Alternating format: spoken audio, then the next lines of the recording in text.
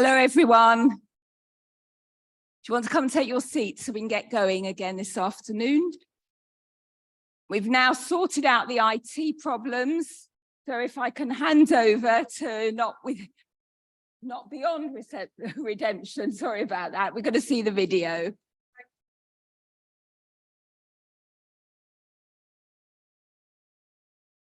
I did 5 months. For the first 3-4 days, I didn't have any contact with any family at all. My older 2 daughters I spoke to every evening, but my youngest, because her dad had taken her, it was only Friday to Sunday when she went home to the kids' great-grandparents. That was the only time I could speak to her. He wouldn't sort of allow me any other time to sort of allow me any other day to speak to her. Like my heart was being ripped out, and like my heart was being ripped out, and so I couldn't speak to her. But yeah, it was really hard. But yeah, it was really hard. Like just every day, same for walk. Sorry. I think it's repeating. I think we'll leave it. Yeah, I'm sorry about that, everyone, but it will be sent out, so you will be able to play it at home or in the office. All right, thank you. Thank you so much. Now, Judge Gordon Saker and Judge Spinks are going to talk about relaunch of the PLO and standard orders. Oh, yes. Sorry, Chris, can we have the screen off, please? This poor lady will be frozen for posterity otherwise, looking horrified by the PLO relaunch.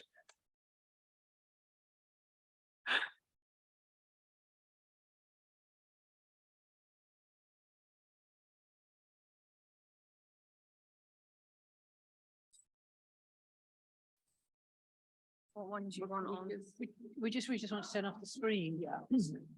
Do you want the screen? Whatever we had when people. Oh, we might want the screen later on. Oh yeah. Oh, yeah. Okay. And you want that one? This one. Yep, and then just play.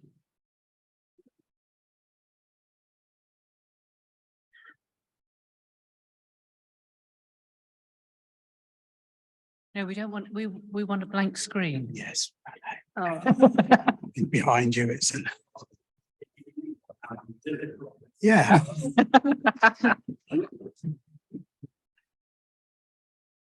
Oh, close it completely. Yeah. No, you should Yeah, be good. so that's it. That's fine. That's lovely. Don't worry. That's a nice picture.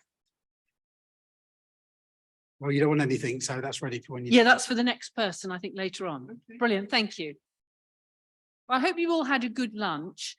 I have to say that I am amazed that I've been invited back to talk to you about public law, because when I came, I think our last one was about 3.5 years ago, pre-COVID, and I gave a talk with a lovely PowerPoint, I'm not doing that today, about case presentation, case management. Apparently, the people who do it properly were deeply offended because they thought I was getting at them. The people who made a complete hash of it from start to finish still thought they were brilliant, and absolutely nothing changed. So I thought today a better approach, I could just read out a list of the people who do it right and a list of the people who don't.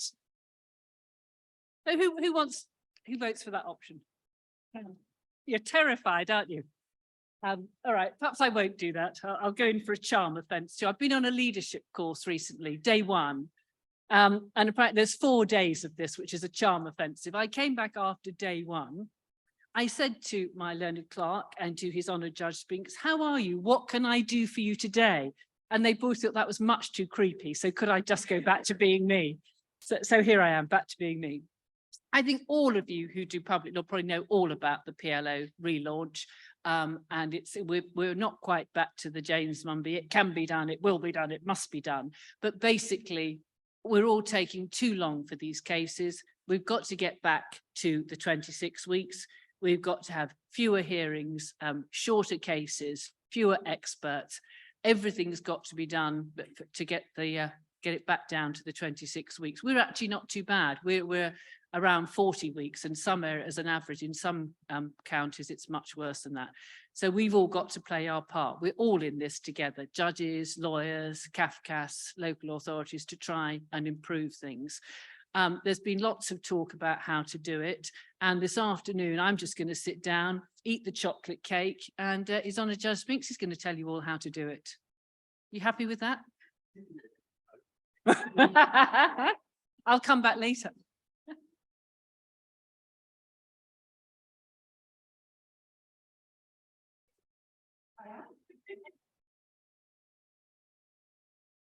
Good afternoon. I'm just going to start with a couple of conversations that I had just before and during the lunch break to put this session in context, because no less than 3 people in various ways, having reminded themselves of the programme, said, oh, this is the bollocking, isn't it? It really isn't. Okay, it really isn't. Secondly, I'll share with you a conversation I had that went like this. I'm obviously not going to name the individual. Who was it that we had? Was it a year or 2 ago that offended everybody? I wasn't here, but now I know. I think days 2, 3 and 4 of that course were concerned with charm school. Judge Gordon Saker only attended day 1. It was quite creepy and frightening when I was offered tea and any help that she might be able to offer when I went in on the Tuesday after day 1. So it's not a bollocking, still less is it a lecture about what the PLO is, because you all know what the PLO is. It is no more, I hope, than a series of thoughts, suggestions, reminders and pleas from us about how we might get back to it. And this isn't actually our title, is it, the relaunch or getting back to the PLO? It's something that the President has launched as an initiative starting at the beginning of this year, which by itself, I think, sets out the concerns that we have, I think largely, but not entirely as a result of the pandemic, moved away from the PLO, complying with it, which is why we are not only not resolving cases, which otherwise we could within the 26-week time period, but actually having more hearings than we might otherwise need to have as well. And so inevitably, I think you start by going back to the document itself. It is a statutory document. It's the framework within which we are supposed to deal with these proceedings. And it's the way of complying with the statutory provision that says you must draw up a timetable that deals with the case within 26 weeks.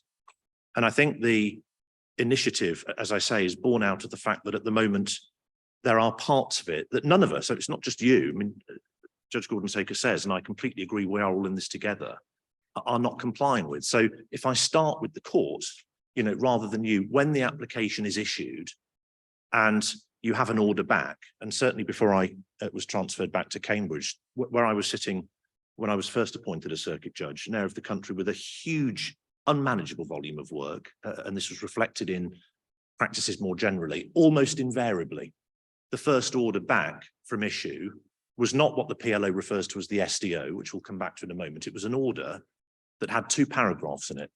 One was list for hearing next Thursday, 7th of April, whatever it might be. And paragraph 2 was Kafkas to appoint a guardian. And that's it. And you then go into the first hearing with those directions. Nothing about the parents filing any evidence, being given the opportunity to set out their stall. And of course, minds are then focused on, well, is there an argument about interim separation? What are the local authorities' interim plans? And we're then told we're looking to case manage this maybe in a month or 2's time. And you're immediately then dragged, aren't you, into a culture where the PLO and the terms of it are completely forgotten. And so in a minute, I'm going to, I don't know whether I'll be able to show you on here. It doesn't matter if not, because it's still very much being trialed. But the terms of a full standard directions order, which will be produced and sent out by the end of day 2. That's at the absolute latest. So if I'm going to pick out just a couple of stages of the PLO and offer some thoughts around what might happen in advance of, during, and then immediately after them. And if we start with issue, the local authority issues the application, and it is entitled, isn't it, that same day, not the following day, but as long as it's in by 4 o'clock, to have the application issued and the various documents, the checklist documents and so on, circulated amongst the parties. At the latest, by the end of the following working day, there should be a full SDO sent out. I completely accept and I buy into the fact that if that is not done, not by any of you, but by us, then you are unable to even begin complying with the terms of the PLO. So around issue, just a couple of points, and some of them are designed, and I'll be frank about this on a personal level at least, to deal with the vagaries, which is a generous way of putting it, of the portal. You were asked this morning, or those that were present this morning were asked about their views of the portal. I'm not going to ask anybody, just in case there's a hand or two that shoots up saying we think it's okay. The portal and the application form offer things like the opportunity to say, we'd like a hearing in about 7 days, which is in the vast bulk of cases meaningless. I don't know why that option is there. I'm not sure what degree of urgency that reflects between the case that really is urgent and requires a hearing that day or the next day, and one that actually can wait until the case management hearing. And what the public law outline clearly envisages is that in almost all cases, the first time you're in court, that first hearing, is the case management hearing. It's not any earlier interim hearing. And there are a significant number, it's not 50% or anything like this, but there are a significant number of applications that come in where an earlier hearing is required in circumstances where, to varying degrees, it has to be said, it is not required or justified. And that puts massive pressure on that resource called the gatekeeping team. It's no criticism of them, but they sometimes have to make pretty quick decisions. And if they're making them in the context of a suggestion that a hearing before the case management hearing is required, then there are times when that hearing is going to be listed and it needn't be.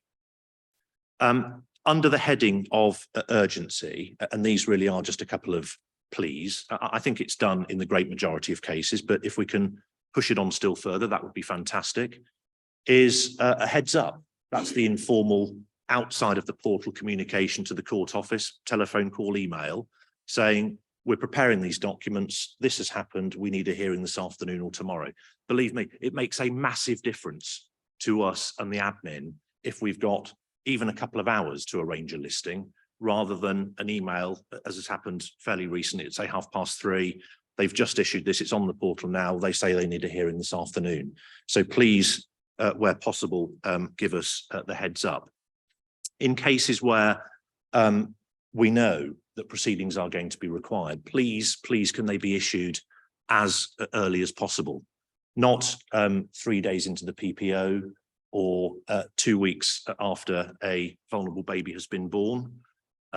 Cases where, for example, it was always clear that this family, EDD 2 or 3 months away, are going to be the subject of public law proceedings. There is nothing wrong, and indeed everything right, with issuing the application at birth. And why is that? Well, because in a great many cases where you are in court that day, the following day, very, very short notice, then one of the first things that the parents' advocates will say, in my view, with considerable force, is notice inadequate, Article 6, whatever you do today. And of course, we know that the decisions may need to be made for the safety and protection of the child. You're going to have another hearing. And that is not, in my view at least, and you'll get some judicial disagreement about this possibly, enough to say, well, I'll deal with it next at the CMH. Once the interim hearing has been said to be required, real thought needs to be given as to exactly when that is listed.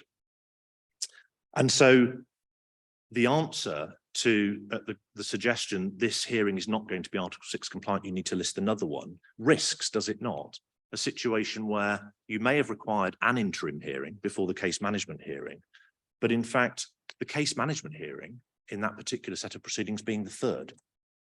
And the PLO, in fact, sees the third hearing, if it's required at all, does it not, as the final hearing.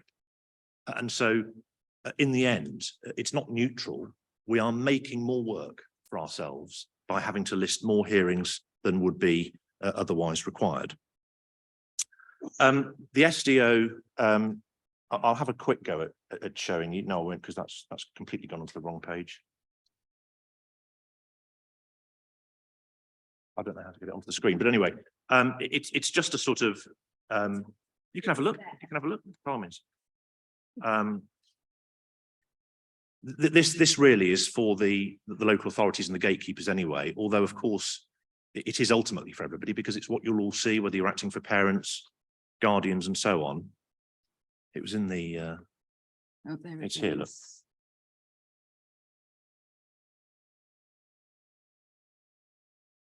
Don't worry, don't worry.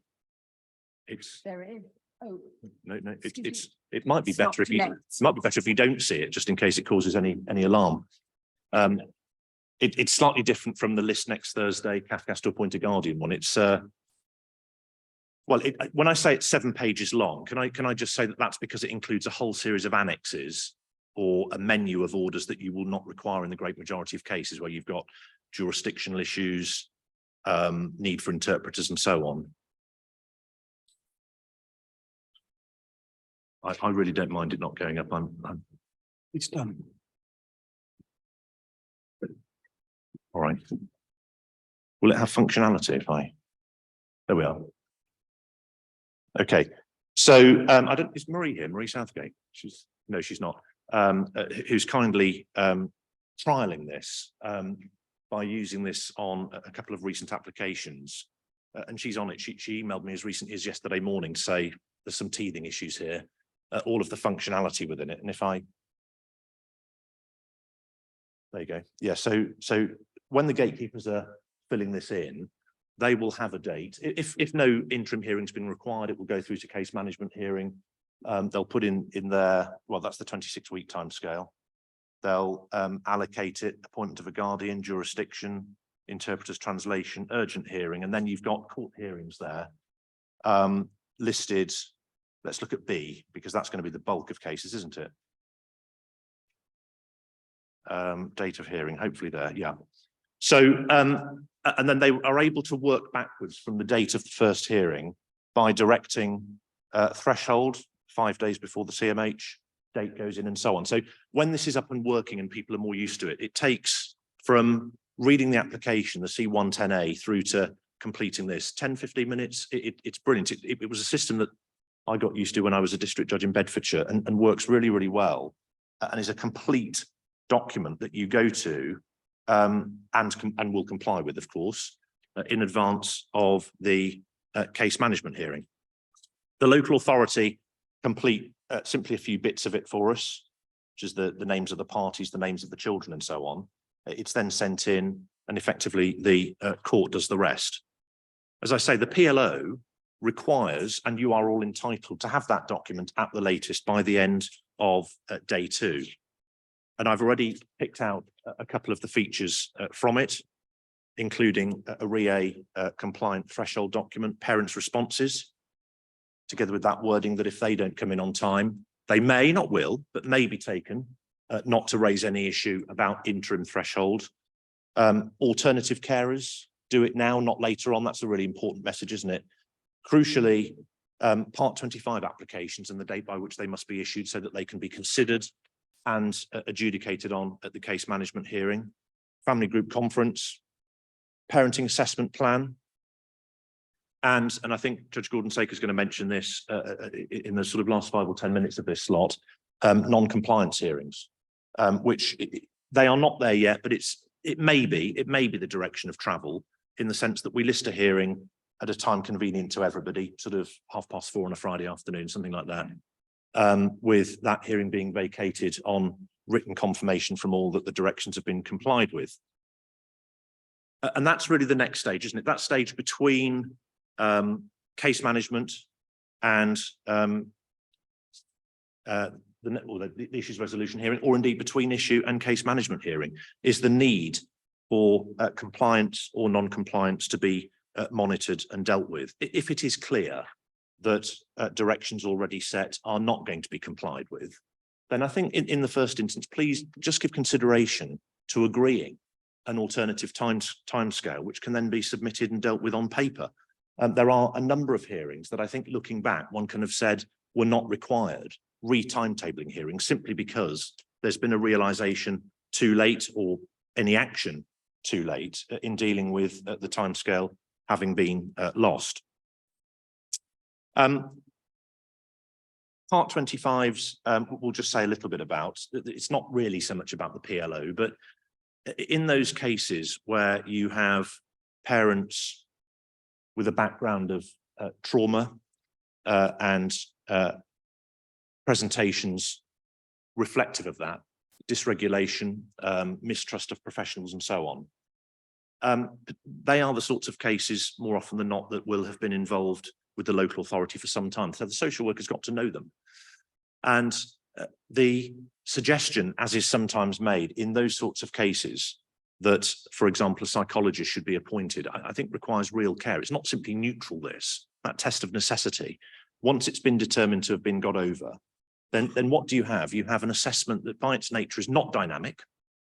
The parent is sent off for one, probably max 2 sessions with the psychologist, who says, unsurprisingly, well, they presented as dysregulated and heightened because that individual is seen as an authority figure. And what this individual needs, because of their background, because of how they presented when I saw them, is somewhere between 12 and 18 months of a combination of medication and therapy. And particularly in circumstances where it was the parent's own application for that report, that's really a massive shot in the foot, isn't it? You've not helped yourself at all in circumstances where actually it might better be served by not going down the expert route at all, but by recognizing their status as victim and survivor of trauma and formulating a way of working with them in a way that recognizes the central question in all of these proceedings, which is, can they ultimately, in a sustained way, safely parent these children? That's a little bit about part 25. The issues resolution hearing, IRH, rather than JADH, as I've sometimes heard it called, just a directions hearing. It's not just a directions hearing. And so submissions along the lines of, well, this is fully contested, so it's going to need a final hearing, really, in our view, I think require more than that. We have to, as judges, drill down into what the issues actually are. And in this regard, another plea, or it's not a plea really, actually, it's a suggestion in this sense, that whoever is going to be undertaking the final hearing, whether you're going to send it to counsel, solicitor advocates undertaking it themselves, please try and come up with a way of the same individual going along to look after that parent and represent them at the issues resolution hearing. There is, again, a statistically relevant number of cases where we're told at the IRH, this isn't going to settle, we can try and deal with threshold, we'll resolve the issues as far as we can, but off it goes to a 4 or 5 day contested final hearing. And then on day one, we're told parents have effectively conceded and there won't be a contest after all. That's not humane, most importantly for the parents, in my view. And if that can be achieved at the IRH, which is what that hearing is for, then timescale stats, all right, we care about those to an extent, but more importantly, the impact on the people involved is very considerable. And so the issues resolution hearing is one that we really need to have that sort of frank conversation over the hour, sometimes hour and a half that we give ourselves, and really acknowledge what the case is looking like. And if the parent's struggles have got to the stage where, this is one extreme example, obviously they haven't filed any evidence. There's a recent drugs test which suggests that they've not in any way reduced their use at all, but managed to arrive at that hearing and tell you that the matter is contested, really requires an approach that means, frankly, doesn't it, it can resolve at that hearing. At the very least, have as the shopping list the threshold being nailed, so that we're not arguing about factual matters. We are simply looking at what orders, public law orders or otherwise, might be appropriate at the final hearing. And beyond threshold is recognizing and sometimes listing out what the issues actually are. I've had it said to me before, not necessarily here, well, this witness that gave a statement 9 months ago, or this expert or whatever, has said things in their statement or in their reports with which the parents disagree, and so we are entitled to call them. It's just not right. It's just not right. We only want to hear oral evidence and indeed see written evidence in the final hearing bundle, if and to the extent it is going to make a difference to the decision that we need to make. And what results from that? Well, it results, among other things, in shorter time estimates. And the relevance of that is that it's much, much easier to find, say, a 3-day hearing than a 5-day hearing. And so children are not waiting for decisions. Parents do not have these horrible cases hanging over them. And they are dealt with, as I say, in a way that is both fairer and more humane. A template for what the final hearing will look like, which then must be kept to. That is another really good reason, isn't it, for sending the same rep along to the issues resolution hearing. the number of templates that have got, you know, one column filled out and then the other columns all TBC. Well, I don't know, I'm not trial counsel. It's no good, obviously, that document at all, not helpful. Another plea that when we are looking at the timetable for the final hearing, it would be nice, I put it no higher, to have some time for reading and judgment.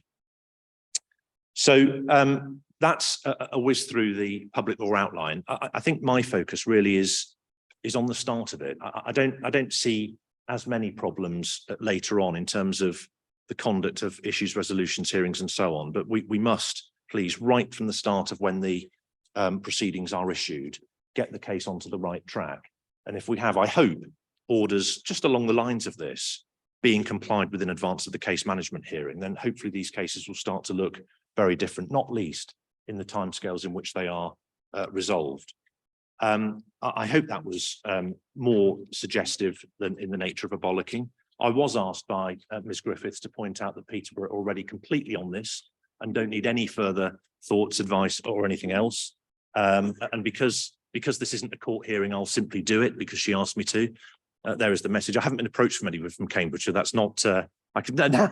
Oh, I'm glad she's wearing sunglasses, Miss O'Donnell. I was going to say I've just caught her eye.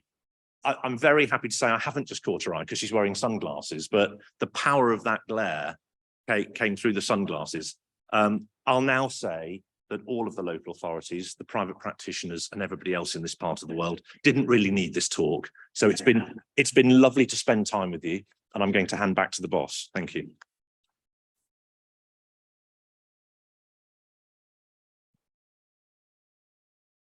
See, now I know why he wasn't on the charm school course. He just doesn't need it. But I'm going back again.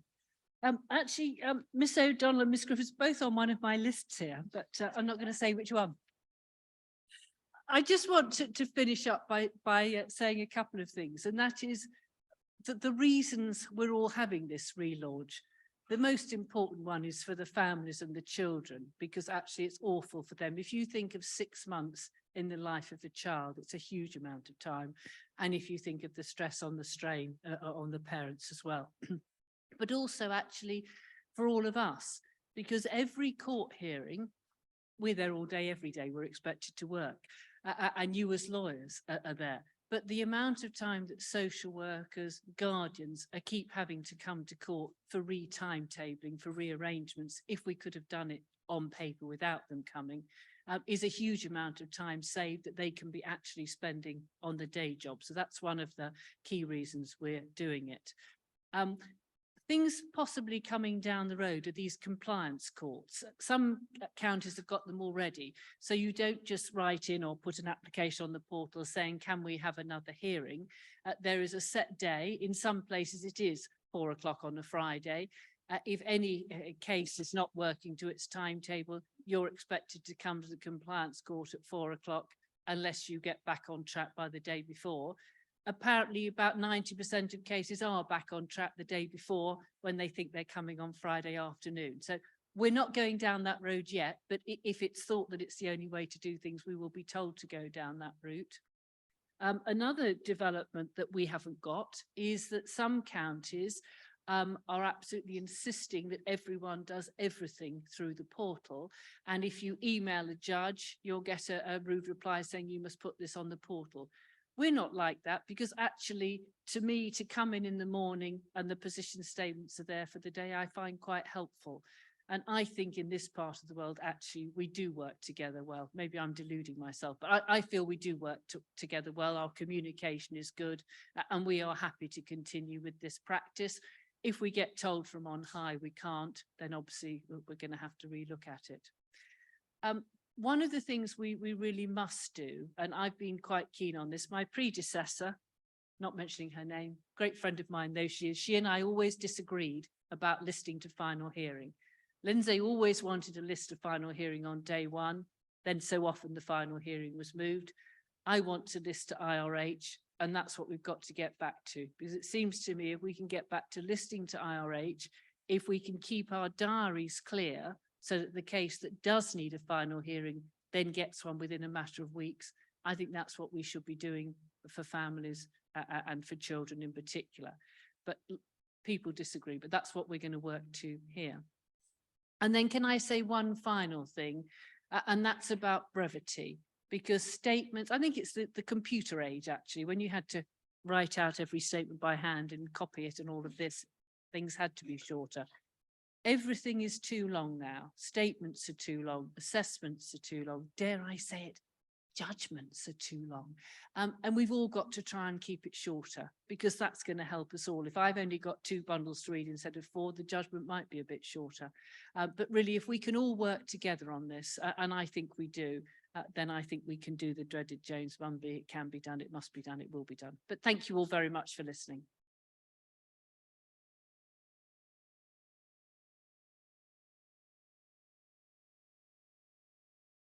Thank you very much, both of you.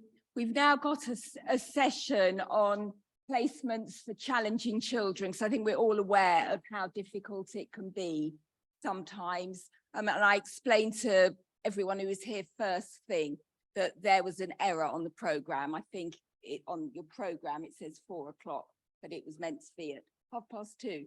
So we've got a number of people involved in that. And I put some chairs out at the front. Thought we could do it panel style so that everyone could help answering questions at the end.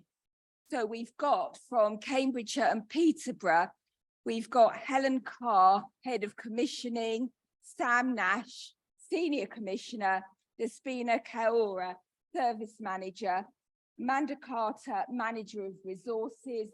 We've got Leanne Horrocks, psychologist here, who will talk about therapeutic needs of those challenging young people.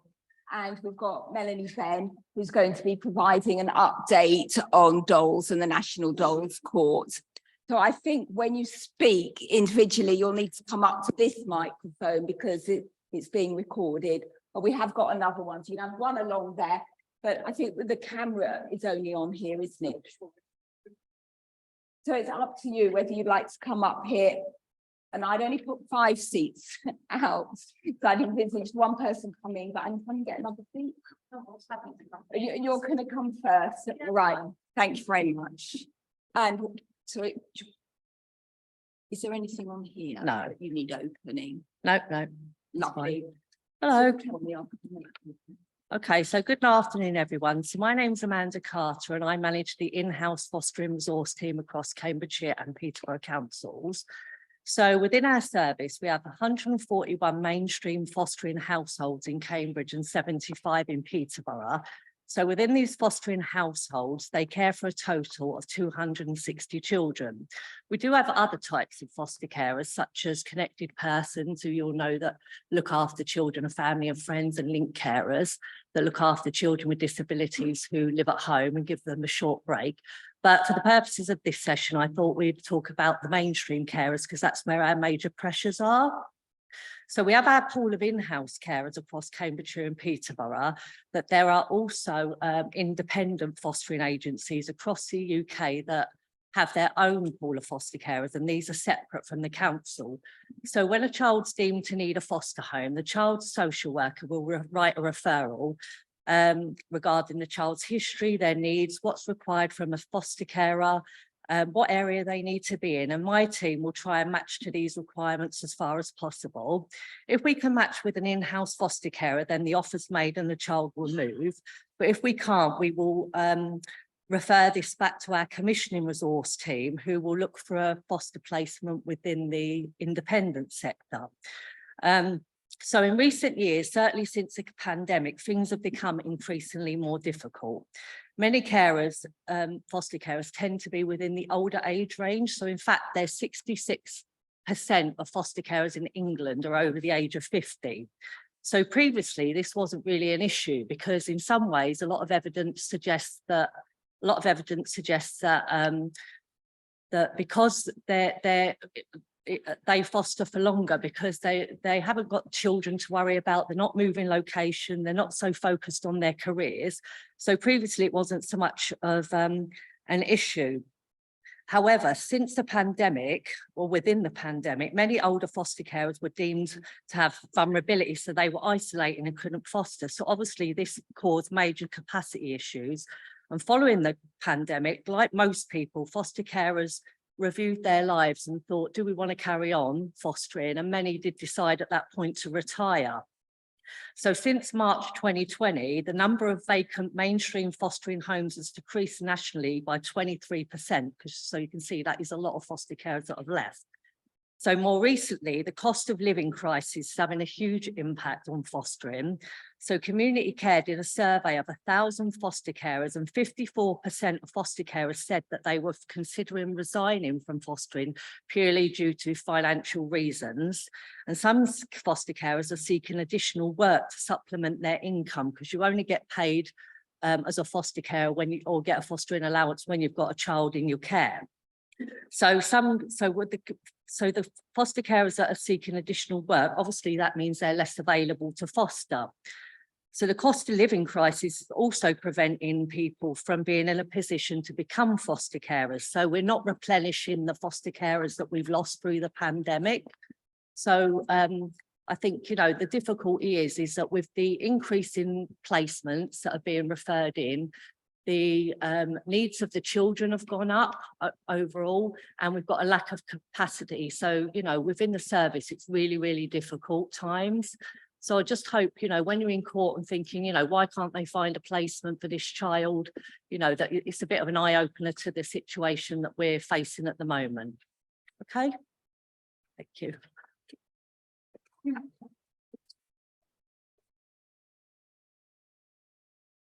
We're just going to have a 1-minute break to sort out the IT because they've don't changed. need it. I don't need it, so. Do you want to wait another 2 minutes? Can I move it? Is that all right? Can I just put it down or not? Can I move it or not? Move it. There we are, so I can see my Is that face. all right? Or do Lovely. you want me to? I could probably move it down. No, now. I I'm think we'll be fine fine. with losing I think connection. we'll be fine.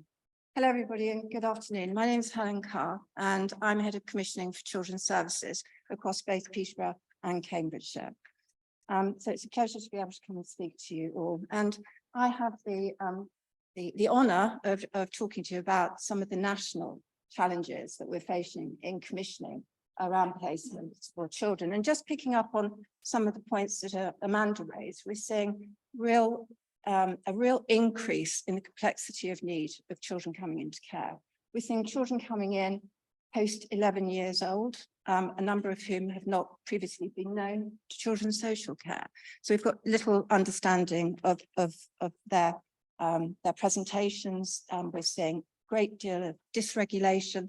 But I'd just like to talk through some of the national context and policy and how that's impacting on placement sufficiency.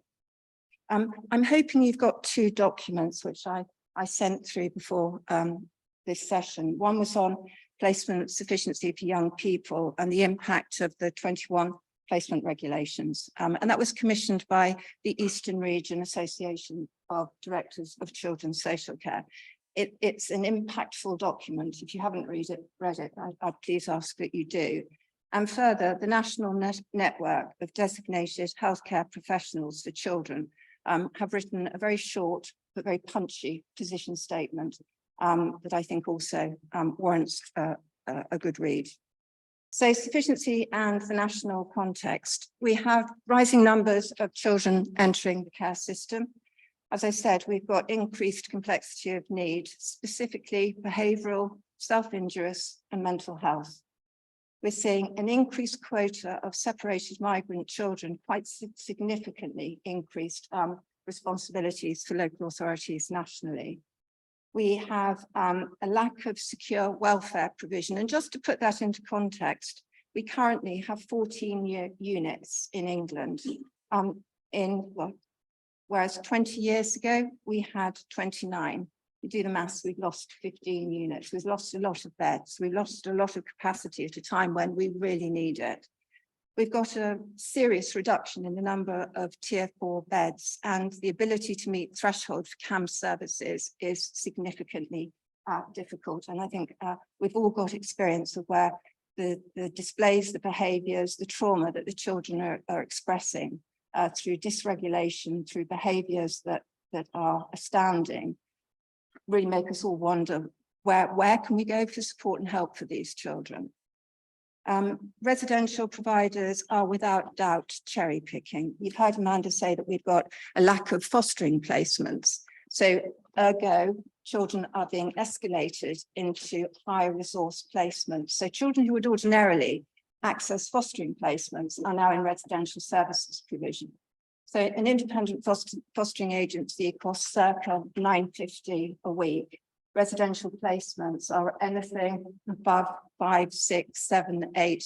Worst case scenarios, we're talking tens of thousands a week. The placement sufficiency report that I just mentioned also corroborates that. We've seen a 40% increase in residential services costs between 2013 and 2019, and it's continuing to increase. I'm hearing figures I've never even heard of before. I'm astounded. Am I pressing things I shouldn't be? I'm really sorry. There are insufficient numbers of suitable homes coupled with, and I'm talking about residential homes, coupled with insufficiently skilled staff to meet the needs of these children. And without a doubt, demand is consistently outstripping supply. So the results of all of this mean that we've got a huge hike in costs. Both of the placement budgets in Peterborough and Cambridgeshire are significantly overspent this year. We have an increase in use of unregistered provision. To put that into perspective, a 462% increase in usage compared to 2017-2018. Providers are starting to opt for spot purchase arrangements rather than contractual framework arrangements, as commissioned frameworks exert tighter financial controls. This all, of course, is relating and meaning that our children the outcomes for our children are significantly poor, and they're bouncing around the system, they're bouncing around placements. There's an inability of providers to have any form of stickability. We're seeing lots of placement moves for our children. There are significant challenges with recruitment and retention of foster carers, as you've heard Amanda speak about. And again, to put that in perspective, 1 in 8 of newly approved foster care families resign within 2 years. Last year, nationally, deregistrations outnumbered approvals. The recent Social Market Foundation report states that there'll be a deficit of 25,000 foster placements by 2026. In phrase, the children's social care market is totally broken. Factors contributing to this include post-pandemic burnout, cost of living crisis, cost of borrowing increase. It's not attractive for our residential services providers to be borrowing at this point in time. As I've already mentioned, a lack of skilled workforce. For example, there are 17% vacancy rates for registered managers currently. Poor Ofsted judgments post-pandemic and increased operating restrictions until actions are taken to improve quality. We're seeing a continuing wave of impacts of the 2021 placement regulation changes. And I have to say, we're going to see the potential negative impacts of the effect on placement options with the introduction of the new minimum national standards for post-16 provision, otherwise known as supported accommodation services. In February this year, the government launched Stable Homes Built on Love. This is in response to the independent review of social care by Josh McAllister, safeguarding practice panel's review into the death of Arthur Lavinger Hughes and Star Hobson, and the Competition and Market Authority review, all 3 of which independently showed that the current social care system is often fragmented and struggling to meet the needs of children and families across England. The proposed implementation of the strategy for reform of children's social care is comprehensively detailed within this document, with the promise of 200 million investment over the next 2 years. So I don't wish to be the doom and gloom merchant, but that literally is what we're waking up to on a daily basis, both with in-house provision and across commissioned services provision. And I'd like to introduce Sam Nash, who is the Senior Commissioning Manager, who's now going to talk to you about our route to market. Thank you. Hi everyone, my name's Sam Nash. I think I get the slightly better job of talking to you about what happens when we do find placements and sort of how we go through those processes and procedures. I oversee the access to resources placement finding function, which encompasses a series of activities that are all key to sourcing good quality placements for our children and young people in care across Cambridgeshire and Peterborough. The core placement finding function effectively looks at three types of placements: fostering, residential children's homes, and our supported accommodation services. And our remit extends beyond that, just sort of finding those placements, finding those provisions, and liaising with our social care colleagues. And it includes our quality assurance processes, and that's where our real assessments prior to placements commencing begin, to make sure that these are not only vacant provisions, but good quality homes that can deliver positive outcomes for our children and young people. There's a raft of different elements that encompasses, everything from sort of face-to-face, sort of in-person site visits. We do a lot of desktop analysis and looking at regulatory reports, other local authority information, feedback from professionals and stakeholders, really to get a good picture of what life is going to look like within that home or within that foster care family for our child or young person. We also, I like to think of it almost as sort of like soft information. So we look at things like, has a registered manager changed recently? And again, what are the things that might be on the horizon that are going to help us to go, oh, okay, what might that look like? And then sort of a further element of our role is to go in and work with providers to go, okay, so this isn't, there's always better. Like, we can sort of establish that straight away in terms of we're always striving to be better and to improve. So let's work together and let's seek to achieve that.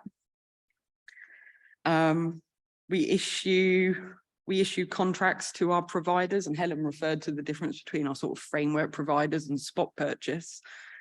Whilst that presents a raft of back office difficulties for us, the quality that we expect of providers doesn't change across that.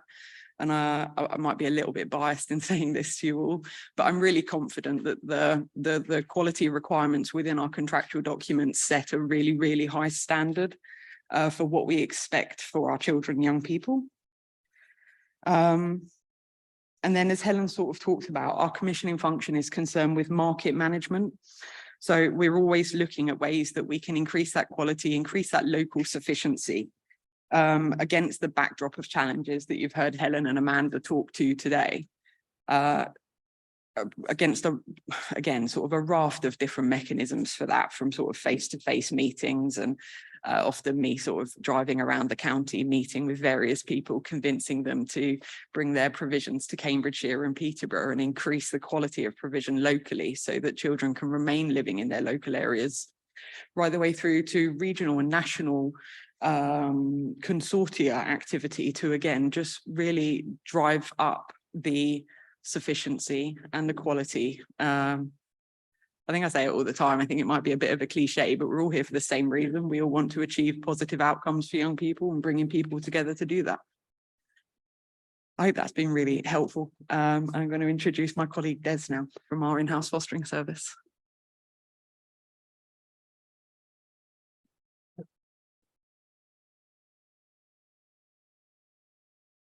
Hi, everybody. So my name is Despina Kaora, and I'm one of the service managers in fostering across Cambridgeshire and Peterborough.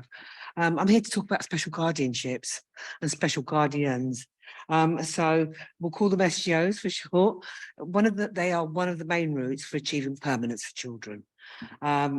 Which is now considered for children, more so for children of all ages, which I think maybe historically it wasn't so much. It frequently now replaces the adoption orders and the long-term fostering orders that come from court.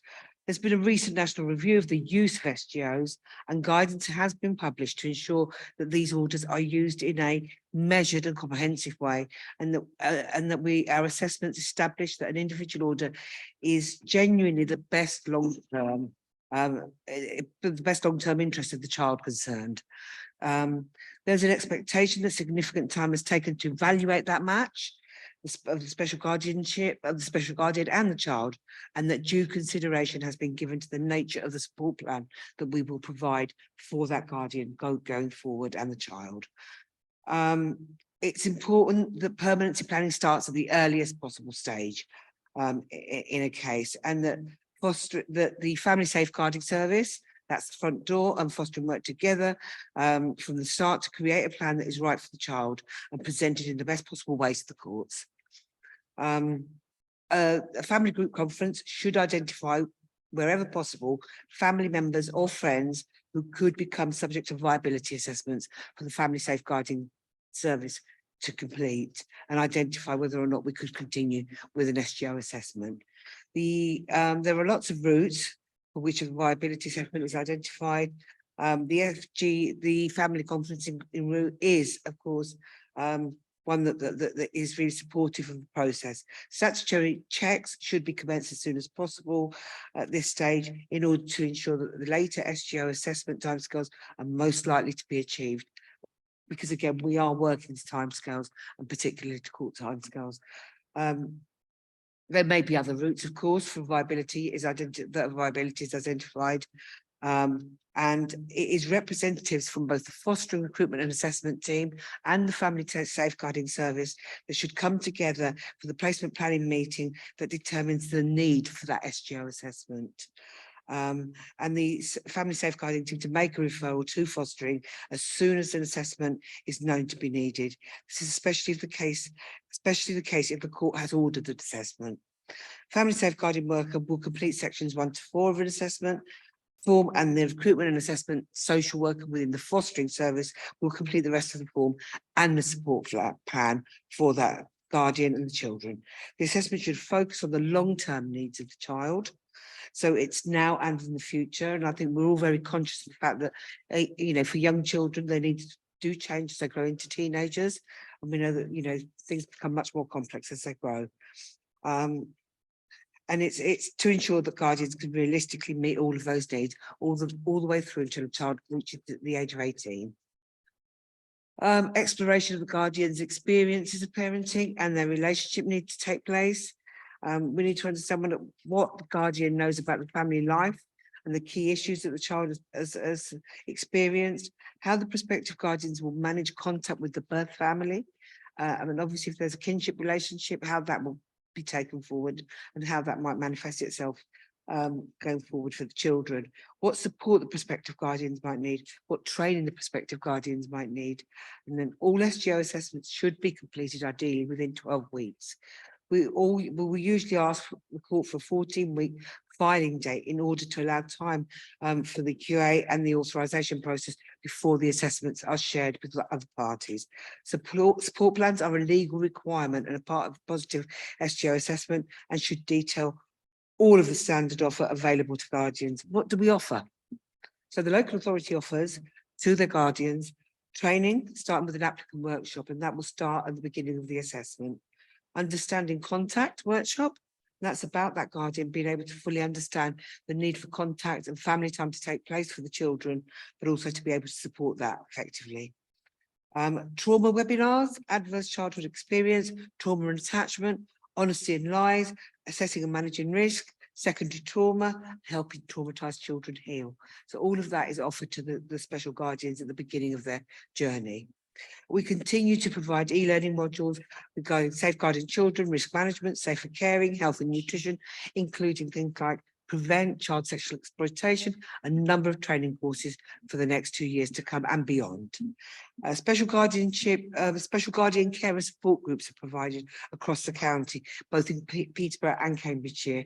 They're facilitated in the first instance by a member of staff, and then special guardians are enabled then to support each other within that. Special guardians are entitled to an annual review and can make a self-referral to the connected persons team for support and advice, alongside any support they already receive from the special guardianship support team and the adoption service, the regional adoption agency, and the adoption support fund, if appropriate. We signpost our special guardians to the Family Action Special Guardianship Support Service and the Family Rights Group.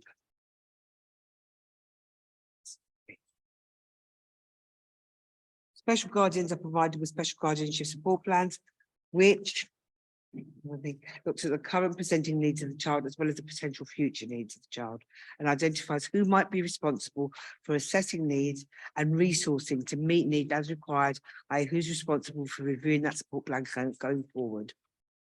I hope that makes some sense to most of you, and that you've come across special guardianship orders in the past. Thank you.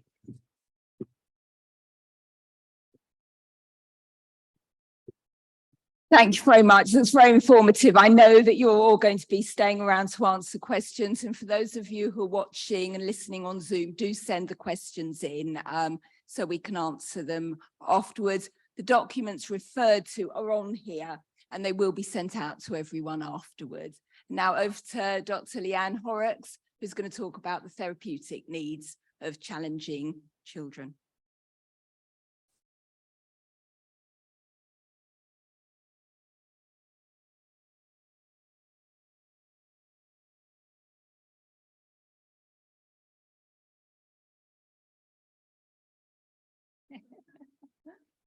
Well, I'll just start by saying thank you for having me here today, and certainly thank you for Deborah to ask me to come along.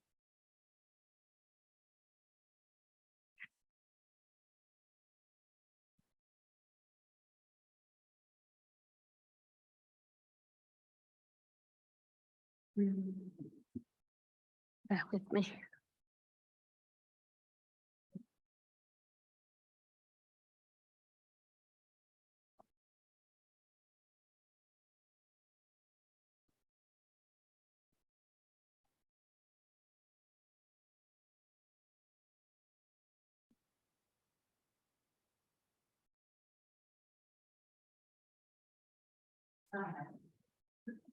There we go. I'll just.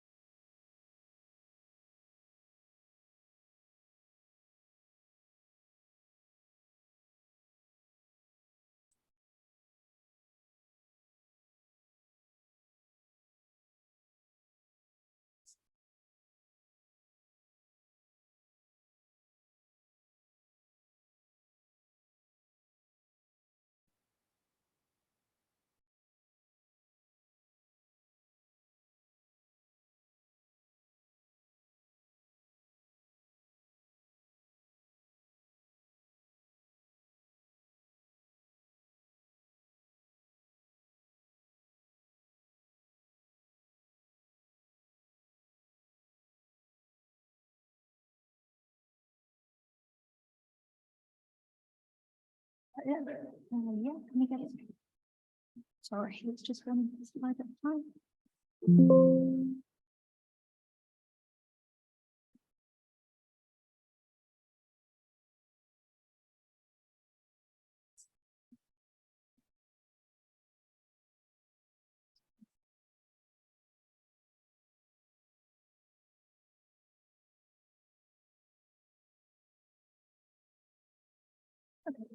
Is that okay? I'm really sorry. No, that's fine. It's fine. Thank you. So I think these slides will be available, won't they? Because there are. They're going to be sent out. Yeah. So it should be all right. yeah. So there are some links in there as well. So I'm Leanne Horrocks. I'm a clinical psychologist. I've worked with complex young people in mental health services and has undertaken assessments for the family courts for a number of years now. When Deborah asked me to come and talk with you today, I asked her what she would like me to talk about, and she said the therapeutic needs of children subject to dolls, which sounds like a very easy task, but I'd just like to start from the outset by saying that this is the clinically most complex cohort of young people that I've ever seen in my career. So Obviously, I just want to say thank you to all the previous presenters in the panel today, and just to say that sadly I don't have any quick fixes. There's no manualized 6-session interventions that we can sort of use to really help these complex, vulnerable young people. But I'll just want to talk you through a few of the challenges that we have. So I'm sure a lot of you are aware of the research that's been going on by the Nuffield Family Observatory. They released a report this year just looking at the first few months of looking at the clinical characteristics of what we know about the young people who are subject to deprivation of liberty safeguards. So these are young people that are highly vulnerable, and they have complex overlapping needs that include trauma, abuse and maltreatment. And certainly from the young people that they've looked at so far, these young people are well known to services throughout their lives, but they're coming into care at a much older age. So we're looking at an average age, 70.7% were 14 to 16 when they were coming into care. And worryingly, there is a concerning 7.2% who are under 12 who've been subject to these deprivation of liberty applications. So certainly we can see that there's been significant instability in the months prior to application and a very significant escalation in risk presentation. The data in relation to ethnicity is incomplete at the moment, but there certainly seems to be an overrepresentation of mixed, white, black, other and white other ethnic backgrounds. And certainly that's something that we would see as being consistent with those who are going forward for secure accommodation. So the reasons for deprivation of liberty applications are varied. So 24% are about risks to others. So mostly those that are involving violence, damage to property and fire setting. So there are also about a fifth of those applications that are related to risks associated with managing severe learning disability, physical disabilities and or autism. And then there's other primary reasons for the applications, which include self-harm, mental health, child sexual exploitation, child criminal exploitation, as well as other issues such as drug, alcohol or absconding issues. But what we do see is that these are very complex young people. So 95.2% have got more than one risk factor and 65.7% have got more than 4 risk factors. I'd say from my clinical experience that the young people I've assessed as part of DOLS applications, I would say they've got 12 to 15 risk factors, all of which could potentially be imminent risk to life or danger to others. So there are gender differences. We can see that certainly there's fairly split in terms of the application percentage for girls and boys, but they're coming for different reasons. So girls are having deprivation of liberty applications most predominantly related to self-harm, to mental health or to sexual exploitation. Whereas the boys are coming more often for risks that are posed to others and criminal exploitation. There's a very small number of transgender non-binary young people that have been identified in the sample so far, but not enough to extrapolate any significant information about their presentation. So in terms of the restrictions that are sought, often these are multiple and they involve very severe constraints. So in almost all of the applications, we're looking at constant daytime supervision. So that might range from 1-to-1 adult support to 4-to-1 adult-to-child supervision. We're looking at locking of doors and windows to prevent the child leaving placement, restrictions on use of internet, social media, a mobile phone, restrictions on the access to belongings and money, and including the use of physical restraint as well. So certainly the data is suggesting at the moment that we have got some slightly different cohorts.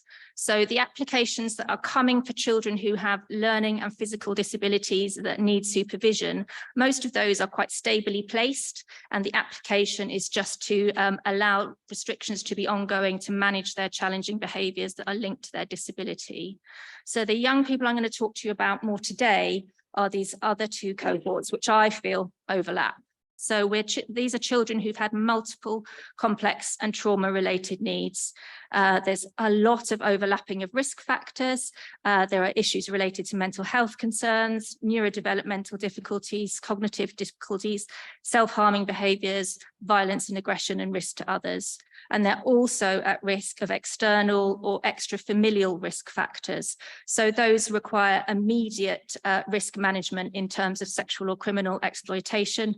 And as I said, I think those two bottom groups are overlapping, and those are the children I'm going to talk to you about a little bit more.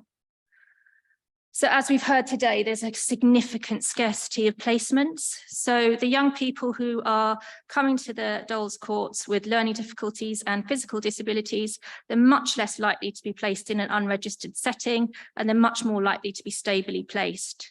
So where the primary risk is self-harm, risk to others, and or criminal exploitation, the use of an unregistered placement is much more likely due to the lack of suitable placements or the availability of placements. And we're looking at 45.6% of applications looking to use an unregistered or unregulated placement. So I think it's important just to sort of revisit that these children are not just a collection and a tick list of risk factors. These are young people who need to feel safe, who need to feel connected and to belong, to be curious, to explore, to learn how to control their impulses. And we really need an understanding of these young people underneath the labels. But sadly, these children who have had experiences of complex trauma often don't have a sense of belonging, they don't have a sense of safety, and they don't have a sense of trust in themselves or others. So what is it that makes these young people so vulnerable? And why is placement stability so complex? So certainly we've heard a little bit today about adverse childhood experiences. Certainly that's quite a well-embedded area of literature that I'm sure you're all quite familiar with. So essentially greater exposure to adversity in childhood can have very significant health and well-being impacts that go right the way through to adulthood. And that's been confirmed by our international research as well. So when we're looking at examples of ACEs, they might be domestic violence, experience of abuse or neglect, inequality, discrimination, experience of loss or bereavement, parental mental illness, poverty, family criminality. And there is quite a useful, just short video there that I've just put the link to, which just tells you a little bit more about ACEs. So ACEs are vulnerability factors, but the developmental trajectory of these young people are not set in stone. And certainly we know from looking at research into ACEs that actually having safe relationships during childhood can be a real mediating factor to prevent the ACEs becoming more problematic. If we look to what science tells us in neuroscience, we've got 2 decades of very, very well-evidenced research now telling us that child abuse and neglect is associated with a marked increase in risk for major psychiatric and physical health disorders, and that the course of the psychiatric disorders in individuals who've experienced childhood maltreatment is more severe, there's an earlier onset, and there's a much poorer response to treatment, and that's therapeutic treatment as well as medication.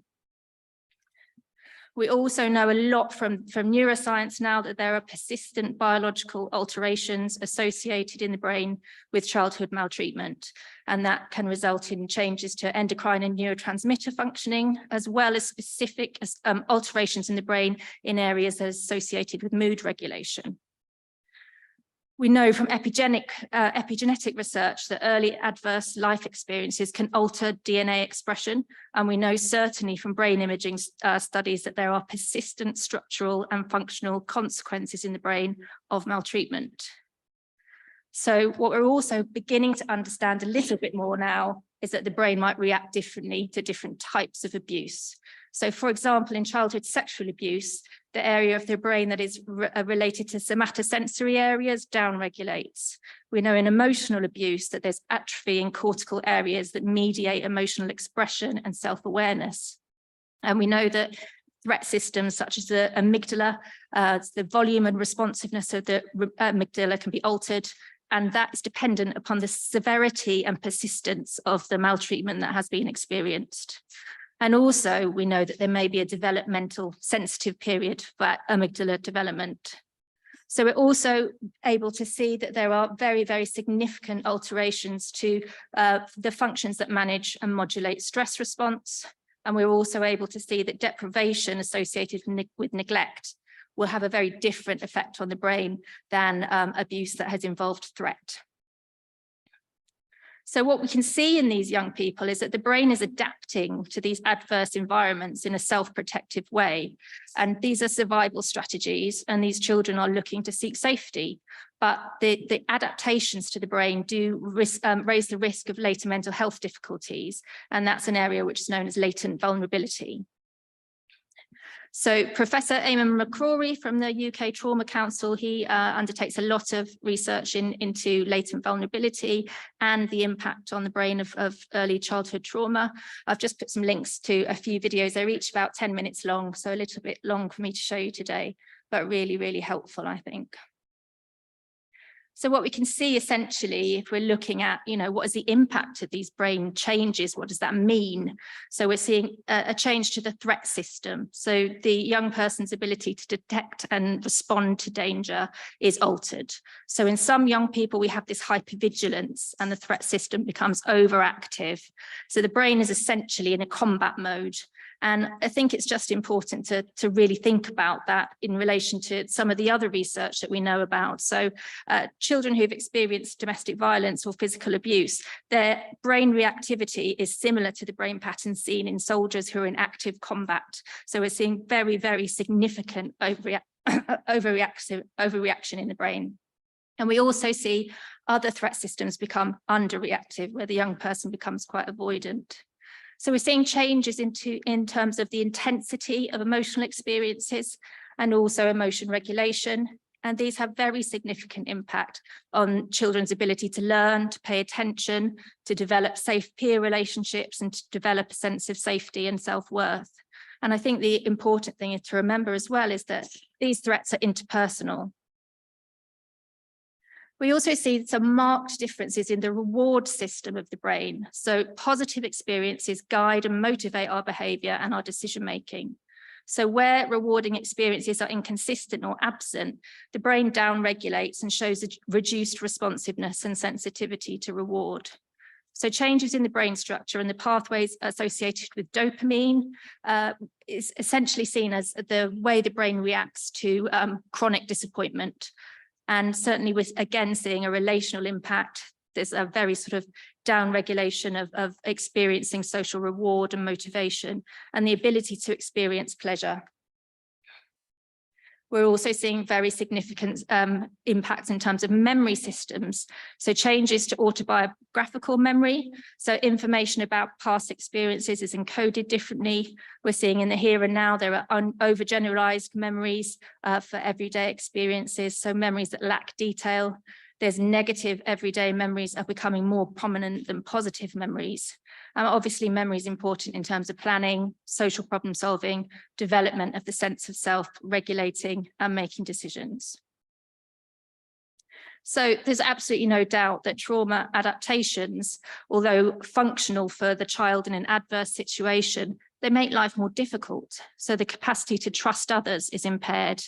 There's lowered expectations about being believed, being protected, being cared for, and there's a tendency to look externally for self-worth and validation, and often that includes unsafe sources. So there's a reduced capacity to identify coercive and exploitative relationships, and there's more experience of rejection and shame. So if you are a young person who struggles to regulate your emotions and that's causing problems at school, that could result in further social rejection via exclusion. Or if your behavior means your placement is not sustainable, again, that's further experiences of rejection. And I think the experience of exclusion is quite significant. So certainly looking at serious case reviews of young people who've either died or been seriously harmed due to criminal exploitation, we can see that 17 out of 21 had been permanently excluded from school. So certainly what we can see there is that actually we need a wraparound service to get children back engaged with education. So talking about latent vulnerability and the impact on mental health, it's important to know that brain changes aren't fixed, but the brain can be more adaptable if there are safer environments provided earlier on. Certainly well-being can be created over time by everyday environmental changes and relationships, but it's much harder to build relationships when over-focused on danger. So for these young people, we see that there's an increase in stress susceptibility. So everyday life takes a much greater toll. It's less rewarding and there's poorer coping skills. We can see that there's an impact in terms of stress generation. So there's more experience of stressful events, particularly the response to others if those are rejecting.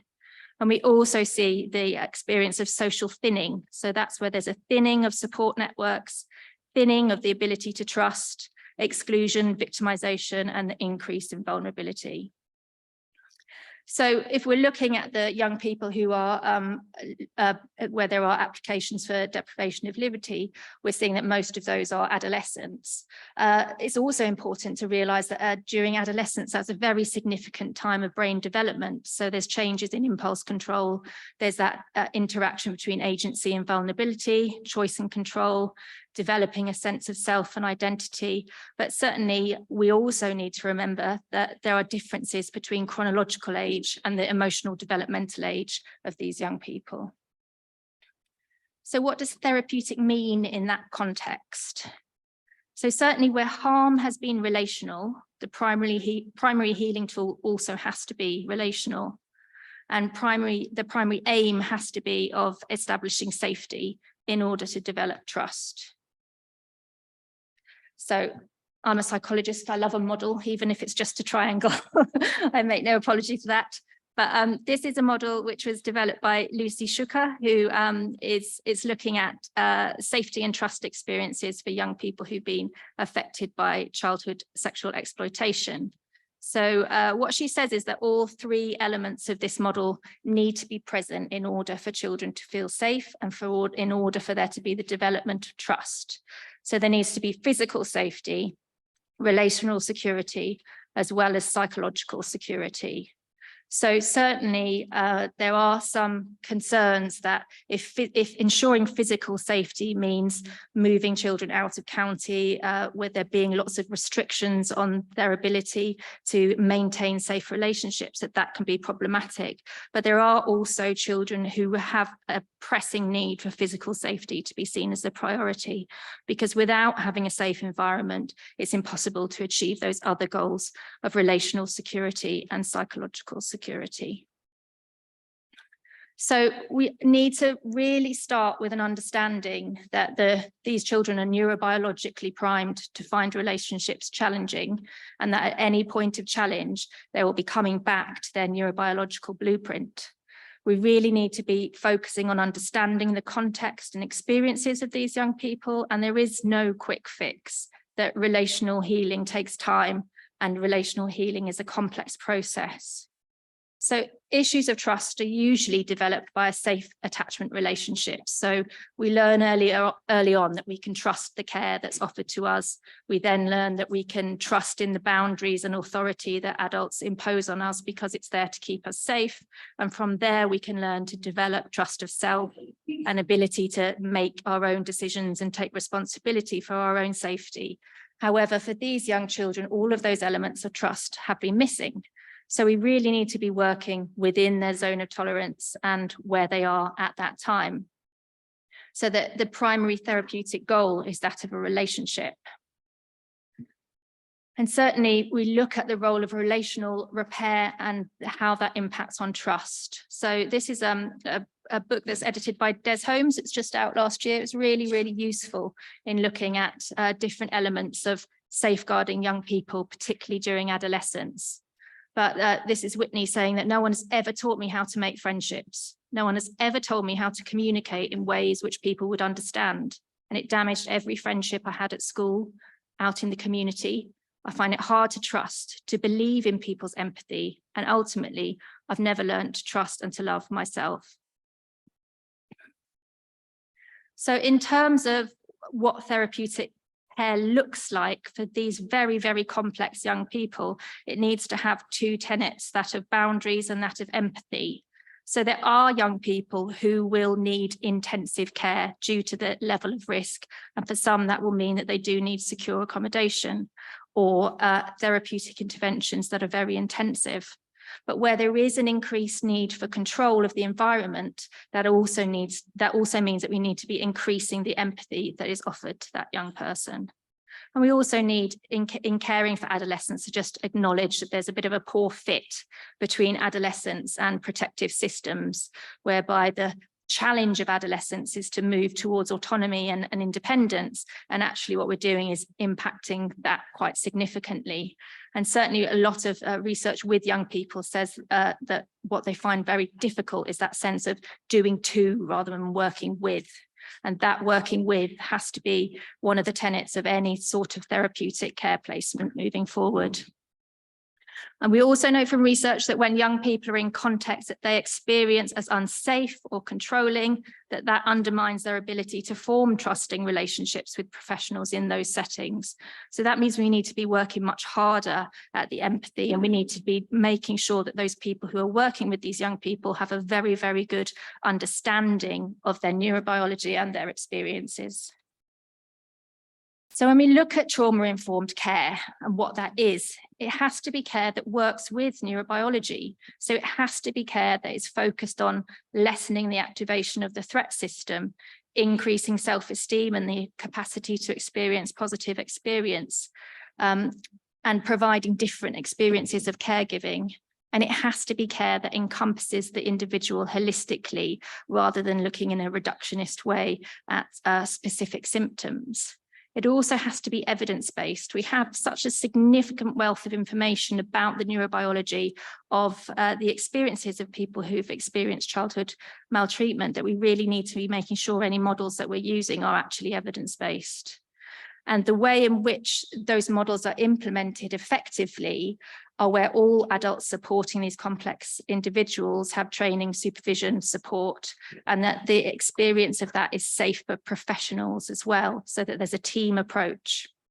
So the environment needs to be physically and emotionally safe. And if it's not, there's either a risk of escalation of risk factors, there's a risk of professional burnout, there's a risk of blocked care, and a risk of reactive caregiving.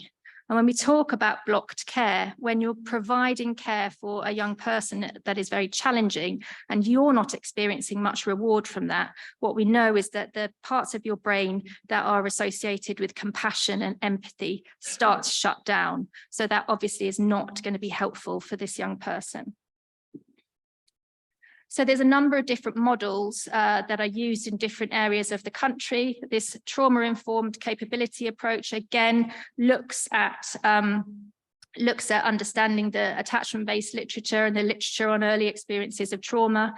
It's a strengths-based trauma recovery model. So it's not only looking at decreasing psychopathology, but also increasing competence and resilience. And it sees recovery from trauma as a multi-layered process. It focuses on developing safety, trust, collaboration, and empowerment.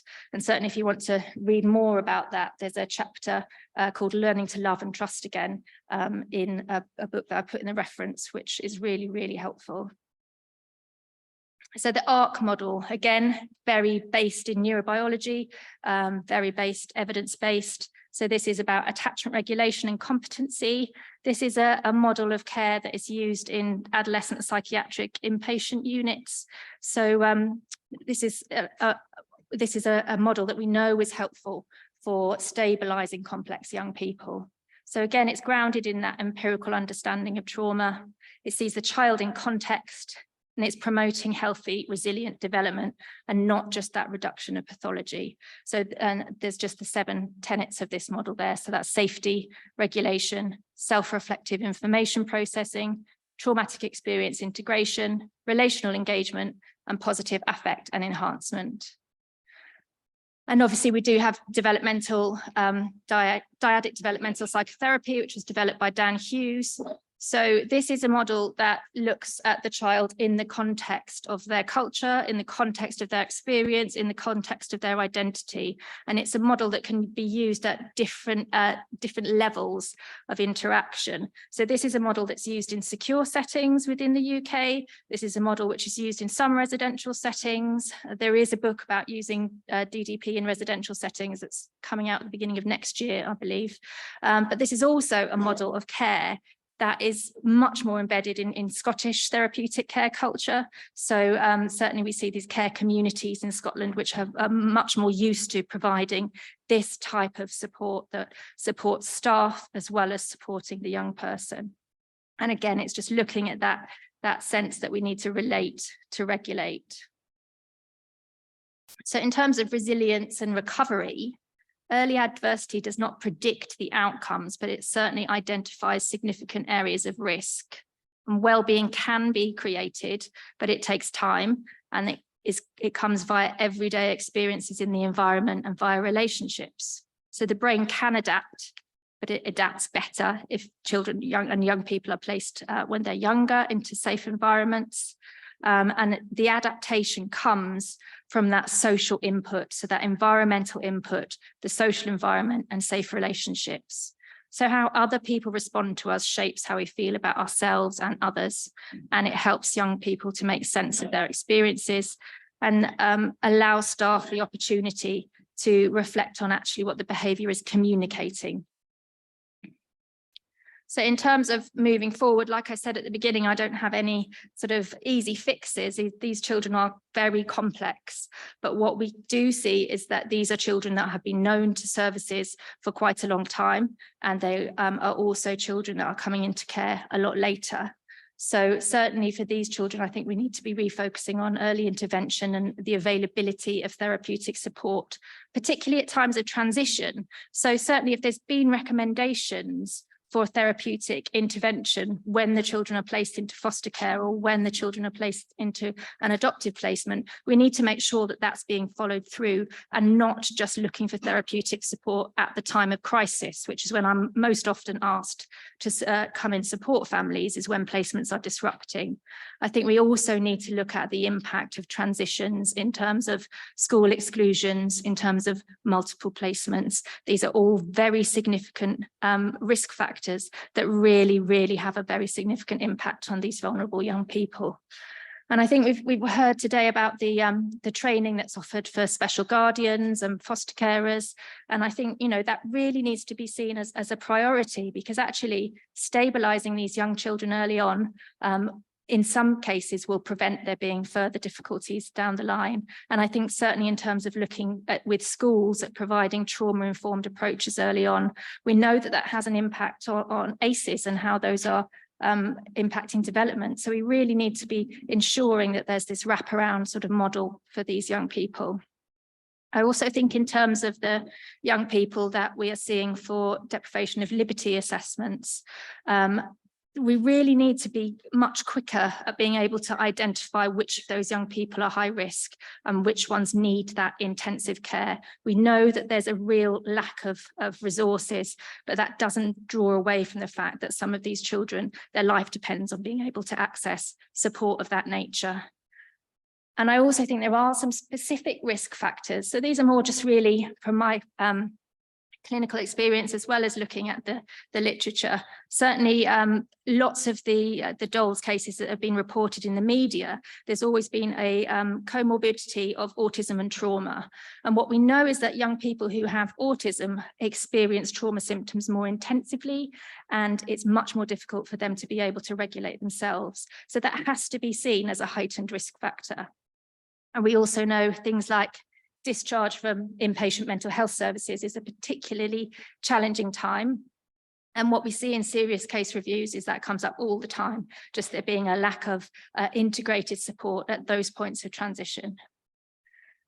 Obviously, we've heard about sort of the difficulties getting these young people seen by mental health teams, but what we do know, if we look at the NICE guidelines for conduct disorder, if we have a young person who has ADHD who is unmedicated, that actually treating the impulsivity via medication can lower the risks in relation to the impact of the conduct disorder. So we really can't be seeing these children in a unitary way. There has to be some joined up work.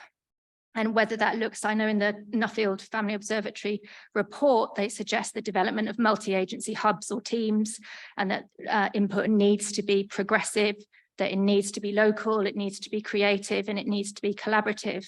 And it can be really hard to think about how to develop that when services are so stretched and resources are so thin. But I think there are some, certainly some evidence of local initiatives that do seem to be looking more creatively. So I know in Manchester, they developed a take a breath model in response to being unable to place very complex young people without the very significant financial cost of those placements. So instead, they're jointly commissioning two homes where they're looking at developing a therapeutic environment themselves, so that there's more control over those environments and more opportunity for young people to be able to access the type of therapeutic support that's necessary. So safety and security don't just happen, they're a result of collective consensus and public investment. And we owe it to our children, who are the most vulnerable citizens in our society, a life that is free from violence and fear. And certainly if we're looking at deprivation of liberty applications, what I would say is that clinically, I've seen some examples where that has worked to stabilize quite complex young people. And the places where that has worked have been in registered homes where there's already a therapeutic ethos, where there's already a staff team that is trained and is able to provide trauma-focused care, where there are policies in place for the use of restraint. And certainly what I've seen in those environments is that the use of restraint has just lessened and not been an issue. So there are placements that can support these children, but they are with very experienced staff teams. The ones where I've seen which haven't worked are where there are staff teams that maybe use a lot of agency staff, where there is an overemphasis on control and an underemphasis on empathy, and where staff have not been safe due to the level of violence that young people have been showing within those placements. So effectively, the ability for staff to be able to meet that young person's therapeutic needs is impacted because they're not able to feel safe themselves. So I think coming back to those issues of safety and trust is really sort of the fundamental issues that we need to be focusing on. And I've just put some references in there for you there. So that's it.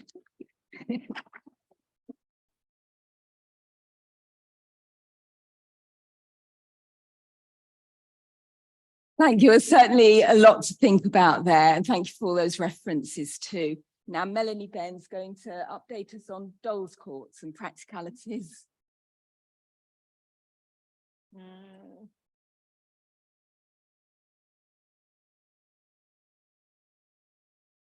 You have to bear with me while I try and wrangle technology, which is not my strong point. Got two of us coming to help. It's that one. Oh. I think it's, oh, you've got it. Yep, thank you very much.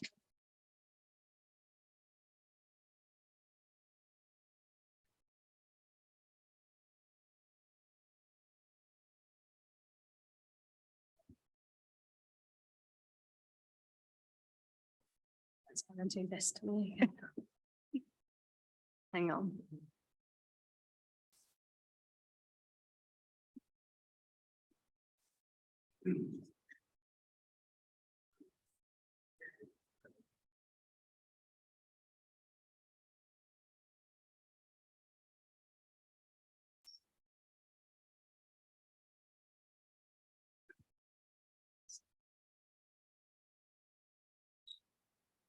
Sorry.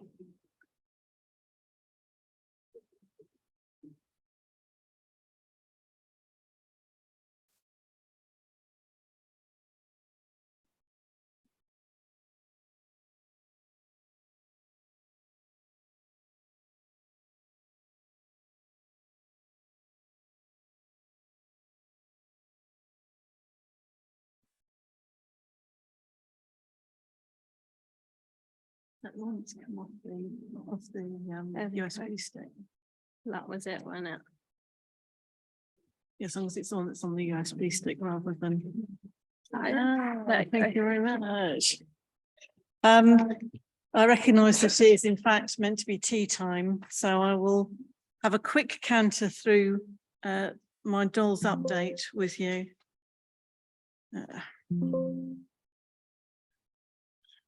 which is not going to let me do that.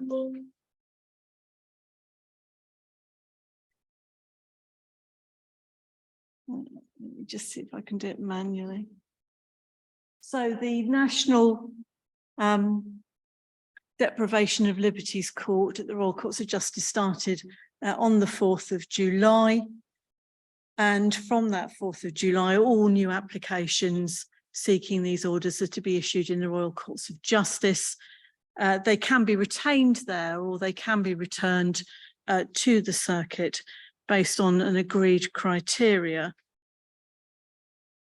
The Nuffield Family Justice Observatory have provided an overview of the applications between July 2022 and February 2023, recording 903 applications.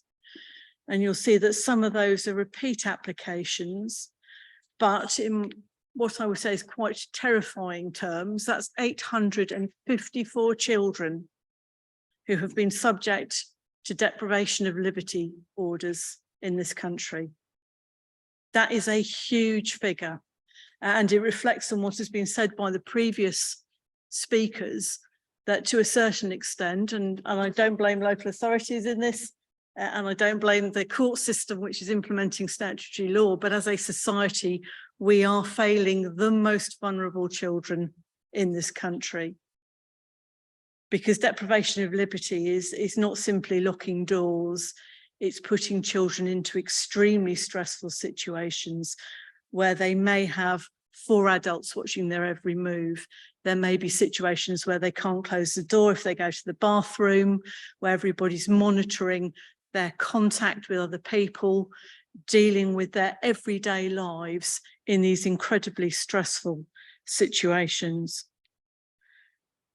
On average, 113 applications a month, 106 in February, and that's 143 different local authorities and 13 hospital or mental health trusts who have applied for these applications. And it gives a breakdown on the slide of where those applications are mostly coming from. And you'll see that the pattern of regional variation has broadly remained since July of last year. The majority of children, 58.9%, involved in applications were aged 15 and above, reflecting on what's been said about children presenting later perhaps and not having been involved with the local authorities particularly before. And interestingly, the number of boys and girls involved in these applications has remained almost equal throughout the process of this review. Those who work also within the criminal justice system will probably be aware that within that setting, you are much more likely to be dealing with male children who are being subject to the secure remand placements that are dealt with within that court estate. There is helpfully the presidential guidance about placement in unregistered children's homes and key features on best practice. There is reference in the slide to the case of Re-T, which dealt with the inherent jurisdiction of the courts to deal with these matters.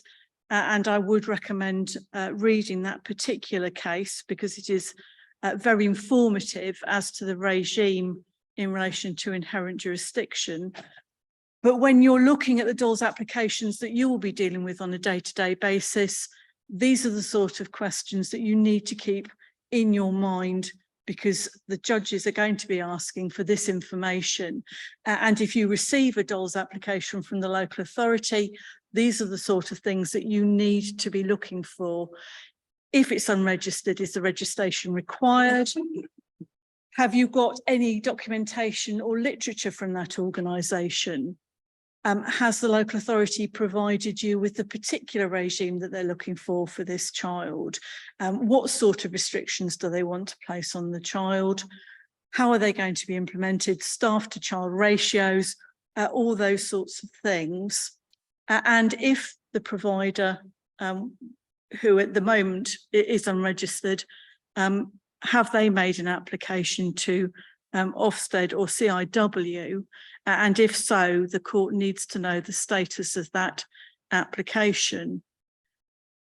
In relation to those registration points, the court has previously indicated that inherent jurisdiction can be used to deprive the liberty of children under 16, where normally, and I just want to make sure I get this piece of legislation right. So it's the Care Planning, Placement and Case Review, open brackets, England, close brackets, open brackets, amendment, close brackets, Regulations 2021, which controls the placement of children under 16 in, to all intents and purposes, unregulated placements.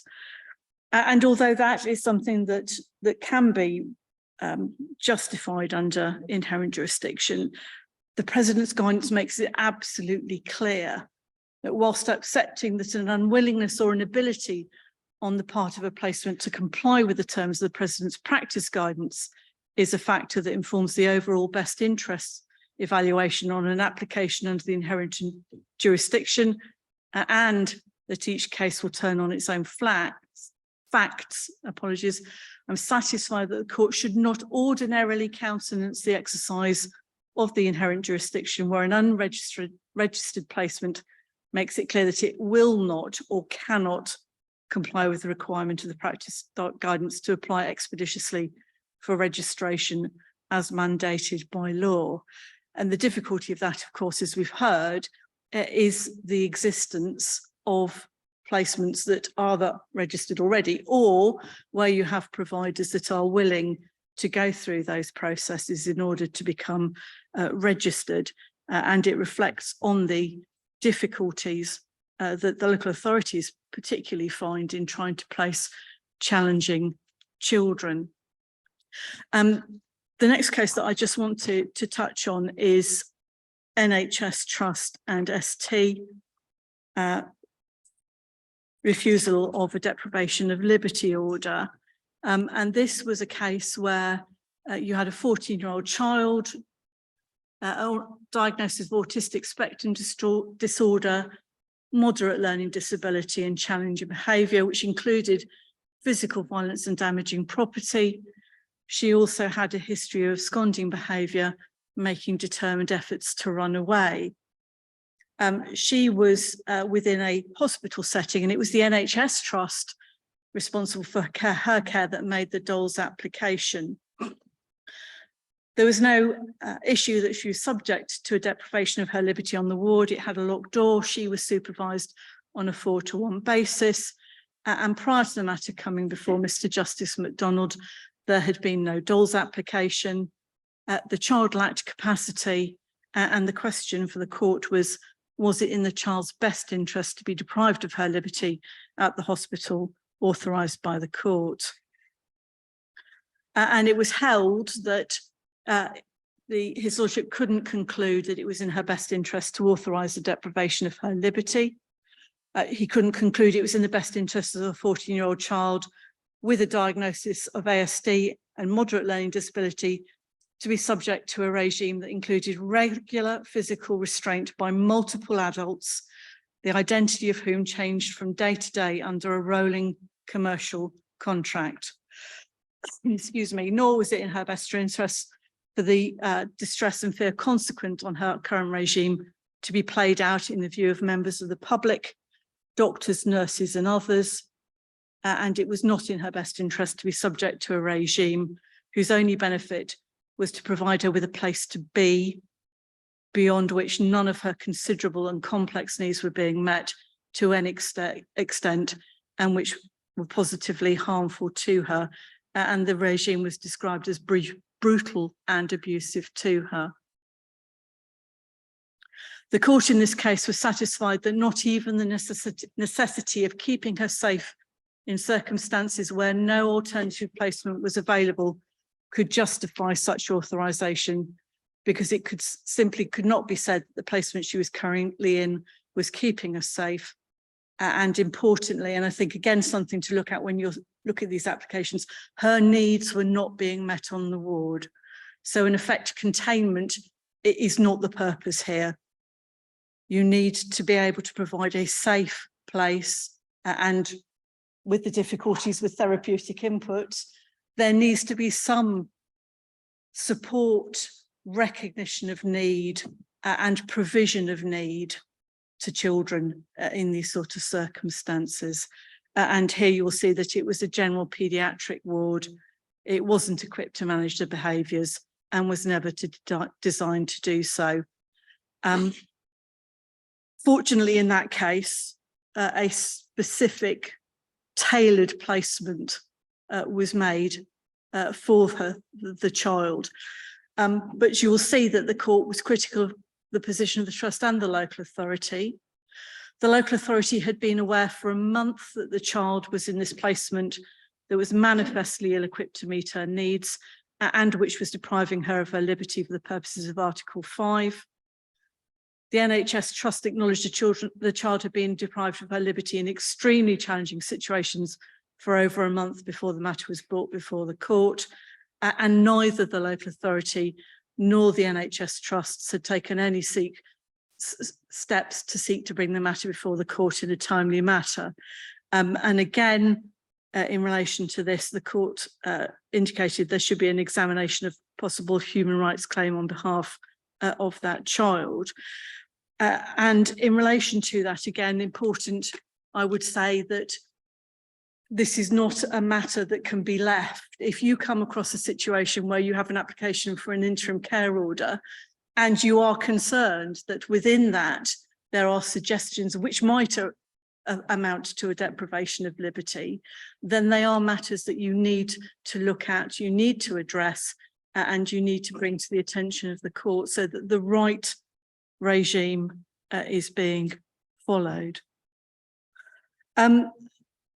A very recent case and possibly and hopefully of more interest to you in relation to the sort of things that you see on a day-to-day basis within the courts is Manchester City Council MP. Oh, apologies.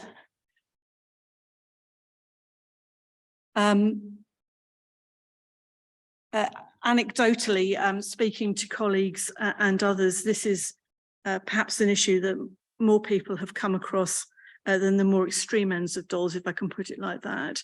And this is whether restricting access to a mobile phone falls within the deprivation of liberty regime or the exercise of parental responsibility. Again, on the facts of this case, P is 16 and vulnerable. She functions at the age of a 7-year-old, has had lots of periods of going missing, and during those periods became sadly the victim of child sexual exploitation and had a history of self-harming. The local authority were asking the court for permission for an arrangement that allowed them to withhold P's mobile phone from her from 10 p.m. at night to 8 a.m. in the morning, and for staff to be able to confiscate the mobile phone if her behaviour was escalating. And this was a mobile phone that she was either being contacted or using to contact what might be described as undesirables, who were either giving her information about how she could avoid the regime that she was subject to, or encouraging her in more extreme behaviours. As a bottom line, the regime that she was subject to was a deprivation of liberty. There was no question about that. It was around the mobile phone issue that the court was asked to intervene. And in relation to that, you'll see both the local authority and the Guardian were saying that the confiscation of the phone was a restriction on liberty and thus needed court sanction. If you have the spare moment, I would suggest reading the judgment as a whole, because it is an extremely interesting exploration of Article 5 issues and the application of the law. The judge said that I recognise that for P, in common with many other young people of her age, and possibly some adults, I would say, her mobile phone and other devices constitute a powerful analogue for freedom, particularly in circumstances where she is at present confined physically to her placement. Within this context, I accept that the possession and use of her mobile phone, tablet and laptop laptop and her concomitant access to social media is likely to equate in P's mind to liberty, broadly defined as a state or condition of being free. However, this court is concerned with the meaning of liberty under Article 5 of the CHR.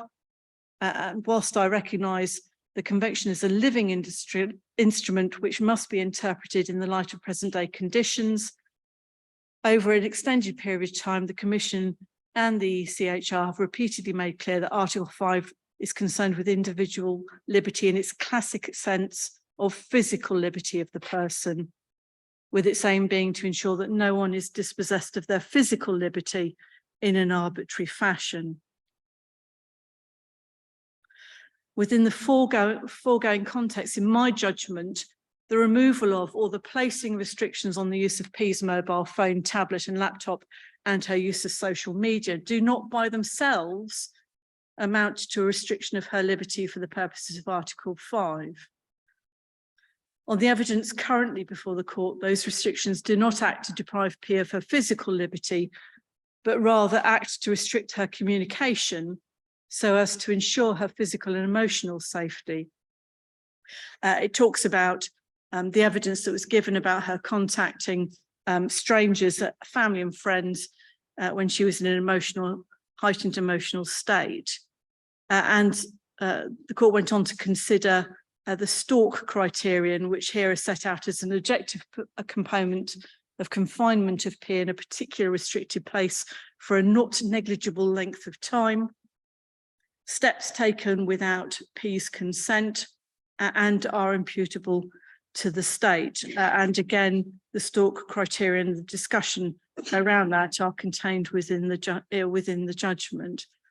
So Mr. Justice MacDonald went on to say that he was refusing to sanction the removal of or the restriction of P's mobile phone, tablet and laptop and her access to social media by way of an order authorising the deprivation of her liberty for the purposes of Article 5. He did, however, make a declaration that it is lawful for the local authority to impose such restrictions in this regard, as are recorded in the order in the exercise of the power conferred on it by Section 33(3)(b) of the Children Act 1989. So the section that delineates the local authority's exercise of parental responsibility in respect of children in care. The judge also considered whether there would be any operation to allow the court to sanction under its inherent jurisdiction the use of restraint or other force in order to remove P's phone, tablet and laptop if she refused to surrender them. And on the facts of this case, he wasn't able to say that that was justified in relation to P.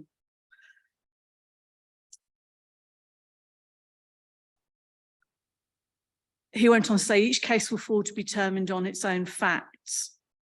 However, I venture to suggest that it will not ordinarily be appropriate to authorise restrictions on phones and other electronic devices within a dole's order authorising the deprivation of the child's liberty. And part of the judgment in relation to that is an exploration of whether, in fact, removal and prevention of use of mobile phones, tablets and the like is in relation to your Article 8 rights rather than Article 5. And the judge was very clear that there needs to be a very careful evaluation of whether there is any bleed through from one Article 8 right to an Article 5 right, and that courts and practitioners need to be careful that you are identifying which right is being infringed, because as this judgment says, it's only your Article 5 rights that the doles are dealing with. Helpfully, there is a very good draft order available, a precedent order from February 18th, 2022, within the standard orders, which I won't say it's a handy crib sheet, but it does set out in very clear terms what orders should contain.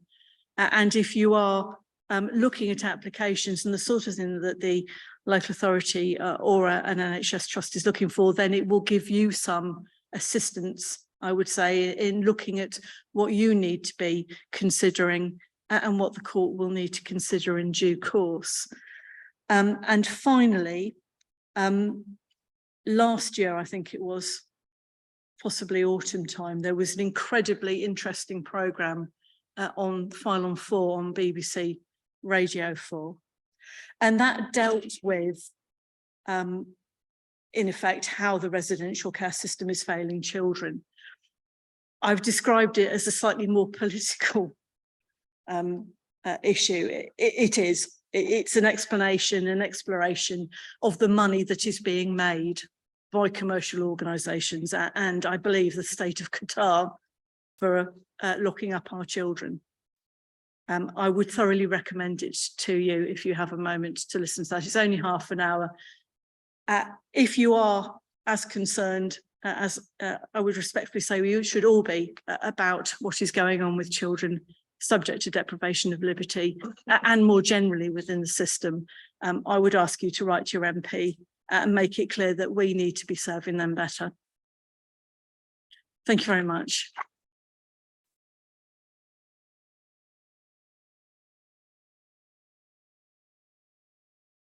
Thank you very much, Melanie, and everyone on our panel. I haven't had any questions in on the Zoom. I know everyone still wants to leave at 4:45. So if we've got any questions, perhaps we can put them when we all go and get a cup of tea in a minute and then reconvene in about 5 minutes. Is that all right with everyone?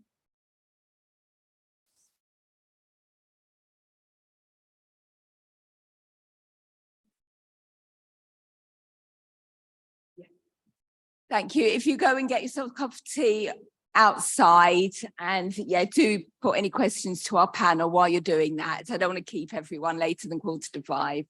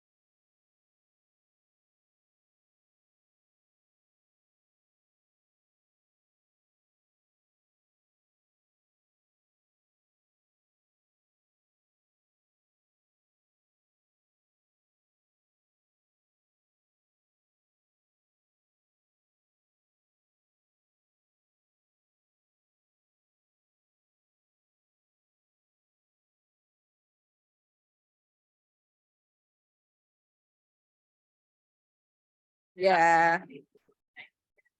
Okay. This is good. Am I introducing it? Is that where we got to? So am I introducing it? You started apparently. Apparently I am. Trying to and I'm sorry people leave, but we do send it all out. I don't mind. No, but it would be off-putting. Well, now you're just scaring me. I won't talk to you. I'm going to talk to. Right, if everyone would like to sit down, we're going to have our public law update to round off the afternoon. Alison Hunt, Patrick Freer from Regency. Did ring a bell? Yeah. Just bang it on. Just start. I just start. Hello. No.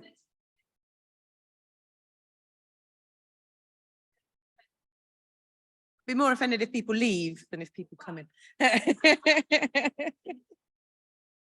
Okay, so fully cognizant of the fact that this is the graveyard shift and we seem to have lost a large number of people. I will rattle through a little in respect of the things that Patrick and I have identified to talk about this afternoon. I'm going to talk a bit about the transparency pilot, which has recently been started in various centres in the country. Patrick's going to do a bit on parents with additional learning needs, and then we have some notable cases, but by that point you'll probably all just be wanting to leave, so you can have a look at those in your own time on the slides. That just some interesting updates in the last 12 months. It says there a question and answer session. I can pretty much guarantee that there'll be no questions. Yeah. Okay. So the transparency pilot is something that I heard about because I follow a girl called Lucy Reed, Casey as she is now, and recent recorder on Twitter, and she regularly blogs about cases. She's in constant communication with Louise Tickle, who is quite a prominent journalist who's dealing with some of the issues that were raised by Mr. Justice McFarlane. And I've written the quote because it does feel very much that this might be a sea change. And I think we've had several experiences in the past where we thought, oh, it's all going to be different now, PLO, etc.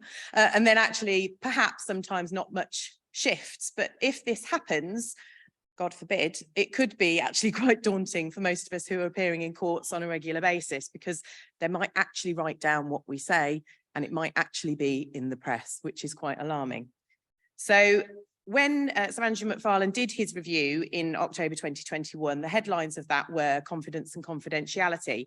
And we're all familiar with that paragraph at the tops of orders that says the names of the family and the children won't be reported, etc. And I know that Patrick had a case where the judge who he was in front of questioned, well, where does that come from? And why are we putting that in all these orders? And the reality is that what this pilot is doing is effectively enabling some cases to be reported, some decisions to be reported, but obviously trying to ensure that the confidentiality of the children particularly and the families is kept under review and that nobody is named so that those children can't be identified.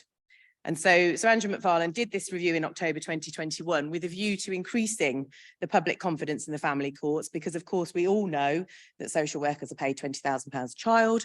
We all know that that's the message that comes out in the press, and social workers are vilified because those matters are kept so private that nobody really knows what's going on.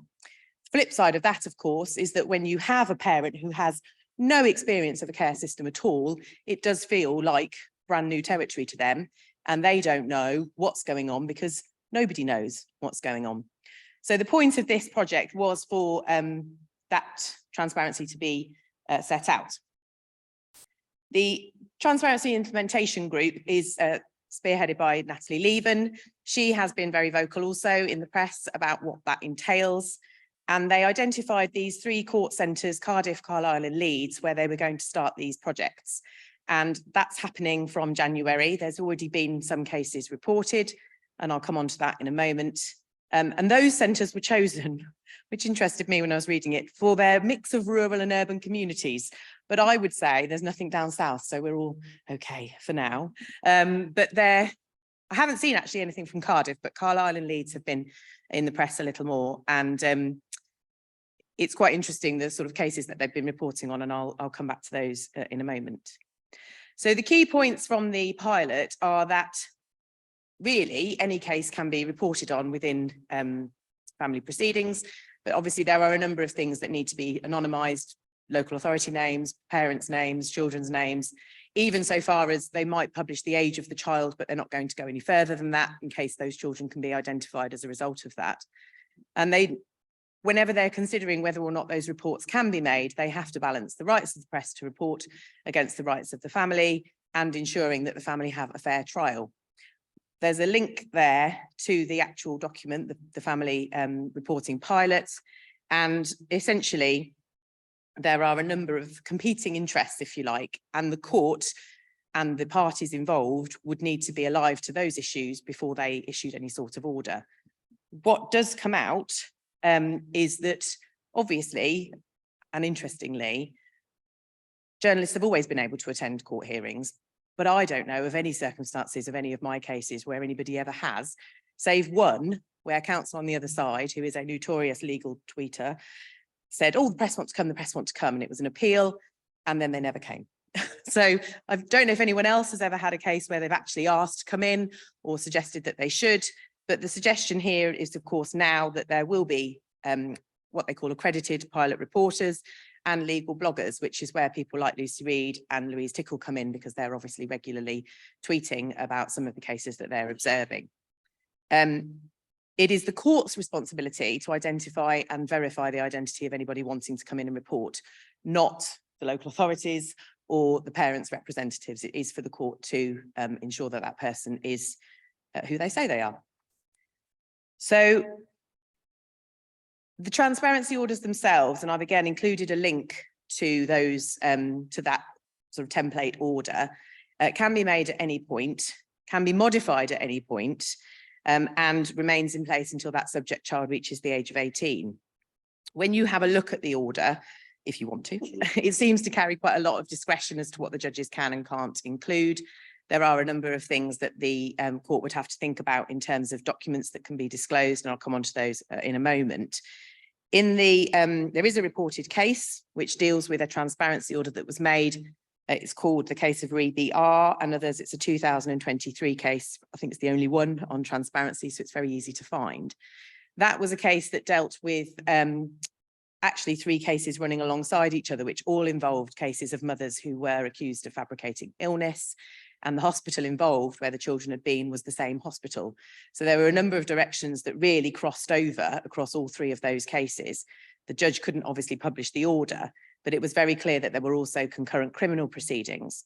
And what is significant is that even if this order is made and a pilot reporter is allowed in to any of these courts, they're not actually allowed to report anything factually about the case until the conclusion of the case, and potentially until the conclusion of those criminal proceedings.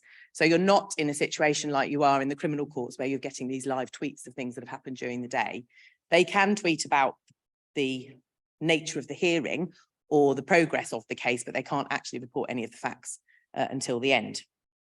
So if you want to have a look at a kind of working example, that case of ReBR is quite interesting in terms of how the judge was trying to deal with each of those 3 families, one of whom strenuously objected to any of the transparency orders at all, and the other 2 were more concerned about the identity and the details that were going to be included in the reporting.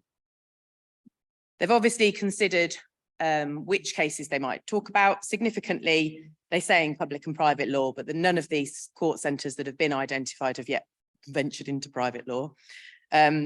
They're not doing adoptions, but they will look at placement orders, and they will get up to the point at which those placement order proceedings are concluded. They'll also look at the Doles situation. So obviously what Melanie was talking about becomes quite relevant. They're looking at all levels of judiciary, but not yet magistrates, and they are not looking at the Court of Appeal. So it's quite limited at this stage, but we obviously have to acknowledge that this is a pilot. And of course, they will tweak those amendments and arrangements as they go through and potentially move matters on to a broader spectrum. The documentation in the case is not something that is automatically disclosed to these pilot reporters. They don't get to see statements, they don't get to see assessments. They do get to see, God help me, summaries, skeleton arguments, position statements. What's your grammar, Mr. Bramwell?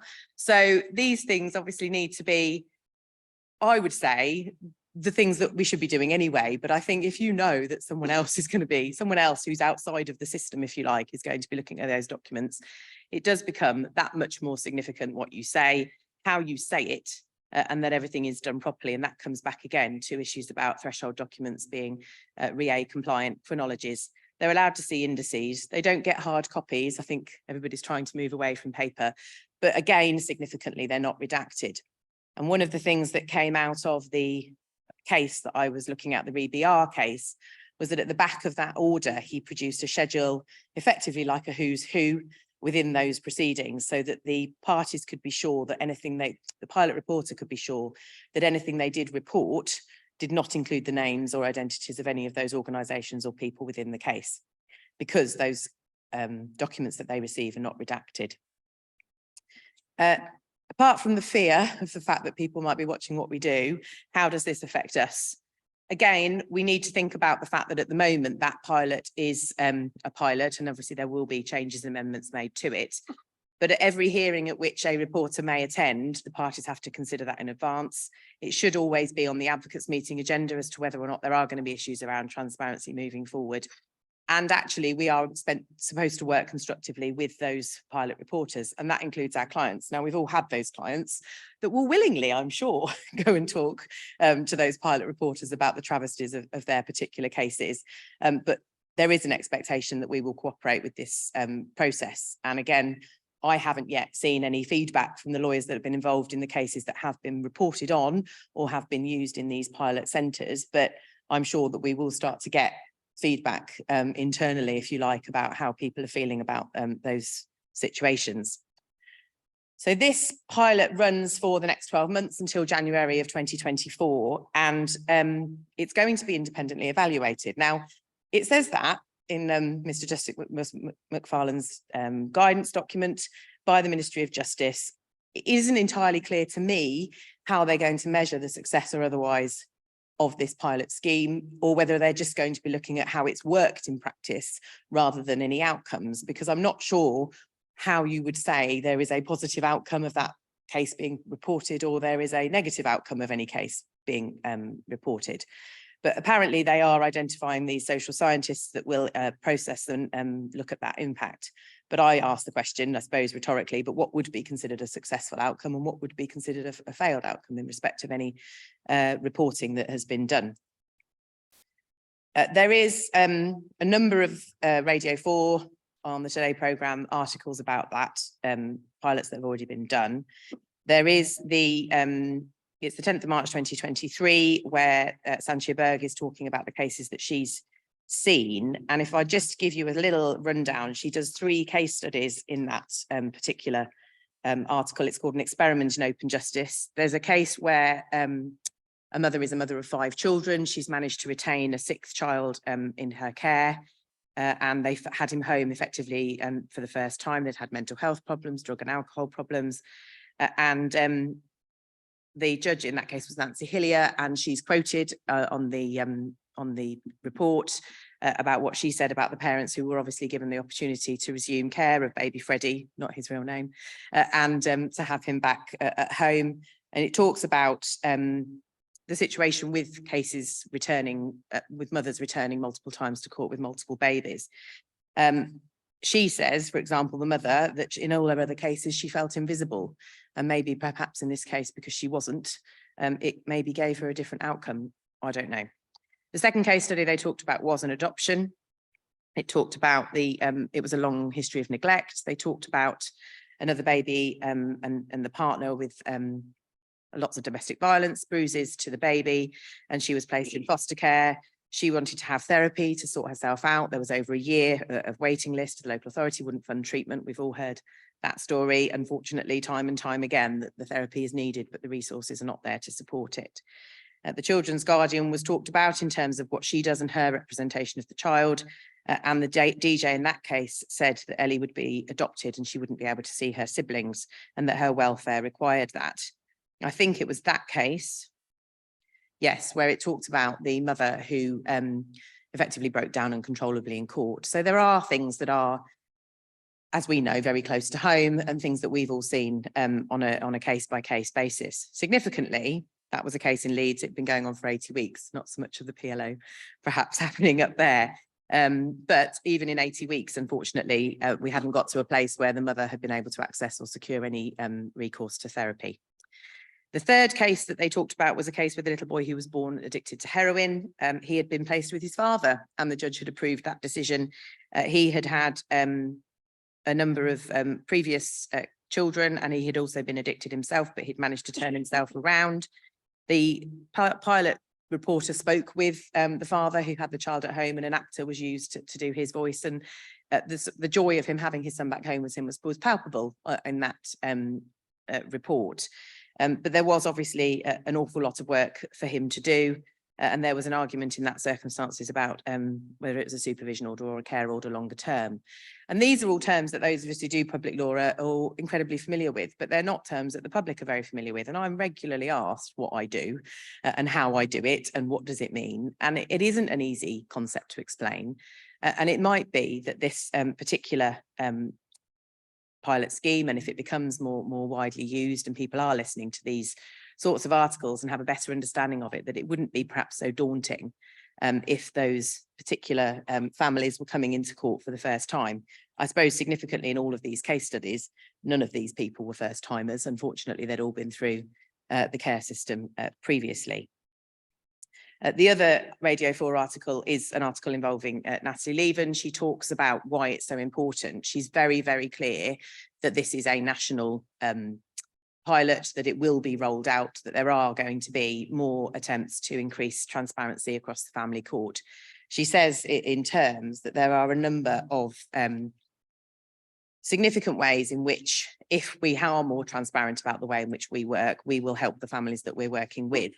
And it does seem that when you look at situations like the mother in the 80-week proceedings that wasn't able to access the therapy, people don't know those things. People don't know that that happens on a case-by-case basis. She says, for example, and is asked about the lack of resource for parents, and she said, "The good outcomes depend on the different agencies working well and together. I cannot speak about the resources in other agencies. I can say that the courts have raised issues about the ability to help children. Best that judges speak through their judgments.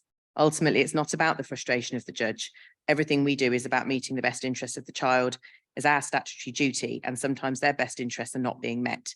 Judges are not responsible for resources." And I know that that's the case across this judiciary, that the frustration that comes with not being able to access the support and the help that the families need. She, in fairness to her, does acknowledge that there will be a wide amount of anxiety in terms of us and what we're seeing and what the judges are seeing if these pilot reporters are allowed in. I think that what comes out of what I've read about these particular 3 centres and the situation so far as what the pilot scheme is trying to achieve is that they are saying they'll make changes. They are saying they want to look at what works and what doesn't. And so I would say definitely have a read of it, look at the case. It is really interesting looking at how they're trying to balance the competing needs of confidentiality and increasing the knowledge and confidence of the public. But ultimately what we see now and what those documents tell us is not necessarily what it's going to look like if it is rolled out across the board. There is an article, I feel like I might just plagiarise the article actually, but I didn't because I didn't see it until today, in Family Affairs, which is the Barristers FLBA magazine. If anybody would like a copy of that, I'm happy to provide that for you. I can also send links obviously to the documents that I've referred to. But for my part, the thought of somebody coming in and writing down everything I'm saying is completely terrifying. And I think we're all probably going to have to find ourselves a little bit out of our comfort zone if this starts happening where we are. Fortunately, I don't go to Leeds, so I think I'm all right for now. But it was a bit of a whistle-stop tour, but I'm appreciative of the fact that you've all been here all day. So I will hand over to Patrick in terms of his updates.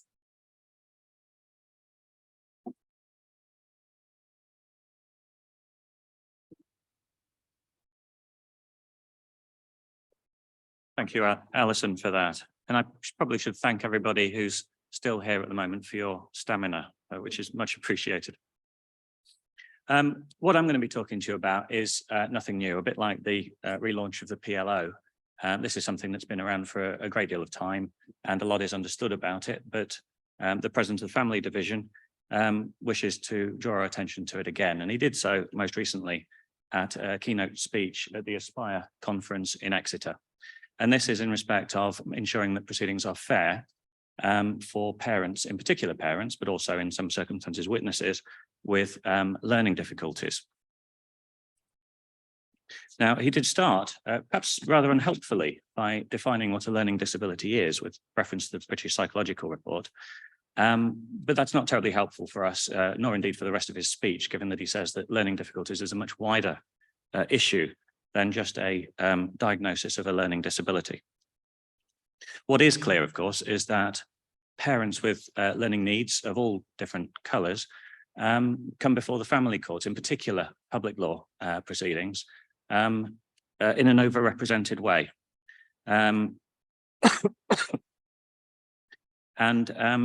He notes that there is a duty, therefore, on local authorities, on courts and on practitioners to ensure that we engage with those parents in a way that is fair. The slide now probably is the first submissions that anybody makes on their feet in respect of care cases in final hearings. Everybody is aware of the no order principle, the idea of diversity of parenting being something that society should expect in real, and of course the concept of good enough parenting. However, what he brings our attention to, and is well understood now, is that when dealing with parents with an intellectual impairment, the question isn't good enough parenting, it's good enough parenting with support. And the question therefore is, what do we mean by support and what are the extent and limits of that support? What is clear from authority is that there is a line to be drawn. The support isn't something that can be provided without limit. Here I reference Read D from 2016, Sir James Mumby, referring to a gap between what parents could offer and what was needed, being in his case, which was a case in which final care and placement orders were made, as being simply incapable of being bridged by even the most extensive support package. And he draws rightly the distinction between supported parenting and substituted parenting. Interestingly, there is no formal definition of substituted parenting. It is the subject of a Nuffield Foundation report, which is likely to be due next month, about the meaning of substituted parenting in the family courts. And I'm sure we'll all look out for that when it arrives. There is a case which wasn't within the keynote speech, but came out shortly afterwards, which might be relevant to this, Re-H, and the citation is within the papers. Effectively, perhaps I'll read this out. Judges need to be wary of arguments about the concept of substituted parenting. The judge didn't adequately scrutinise the evidence about the support needed for parents in that case to care for their child. And the starting point should have been first to identify and describe the level of support needed by the family. Secondly, so there's a three-stage approach, ascertain what can and should have been done by the local authority under its statutory obligations. And thirdly, to determine what, with that support in place, whether or not the child's welfare would be met. He then goes on to consider in a rather roundabout way, what should we be looking at pre-proceedings? And in particular, the issue of Section 20 consent for local authority to accommodate children. In particular, the President reminded us for the need for robustness in consent, particularly informed consent being given, notwithstanding the word of the particular act. Parents must truly consent. They must truly understand what the effect is of signing Section 20 forms are. And in particular, the right of parents to properly understand their ability in most circumstances to remove their child from local authority accommodation again. And he gives reference to a 2017 report by the Family Rights Group, which identifies a number of different methods of engaging with parents in those circumstances when there are cognitive difficulties. And the need to not only engage with them using appropriate and creative tools, but also potentially with the involvement of independent advocacy. So I think the takeaway point from that for local authority social workers speaking to parents is to ensure that once they've identified there is a cognitive difficulty in a parent, that the appropriate tools are used, and if necessary, independent advocacy is arranged. It's important, of course, at the end of proceedings as well as during and before, for parents to understand what has been going on, what decisions have been made, and how they can be assisted. Not all parents in cases that we undertake will meet the eligibility criteria for either intermediaries, litigation friends, or indeed advocates, but nonetheless still need accommodations to be made to allow their proper participation in care proceedings. Their Article 6 rights are clearly engaged, and that places duties on local authorities and on courts. He draws particular attention of practitioners to Practice Direction 3AA and Part 3A of the Family Procedure Rules. I won't go into that in any detail, but it is recommended reading. Now we come to the roles of intermediaries. Intermediaries are vital within the family justice system, in particular in care cases. And we're all familiar with the excellent work that most intermediaries do. We've all had cases involving them, but we must remain vigilant about whether or not they are meeting the client's needs, in particular when they are significant. The role of the intermediary is not a bolt-on.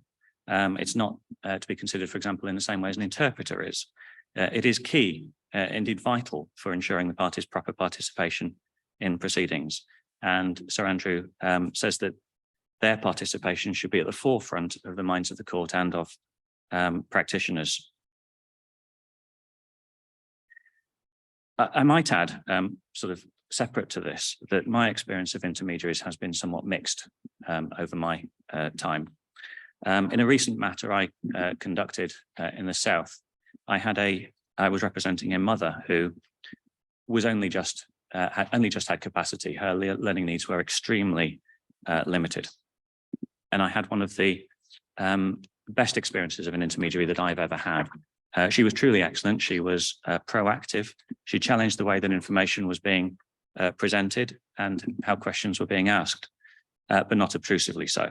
And at the end, she even offered to write up her notes of the entire hearing in a way that would be accessible and understandable by my client. She really did, on that occasion, go above and beyond. Then again, we've all had experiences, I suspect, of intermediaries who are entirely passive and barely say anything during proceedings.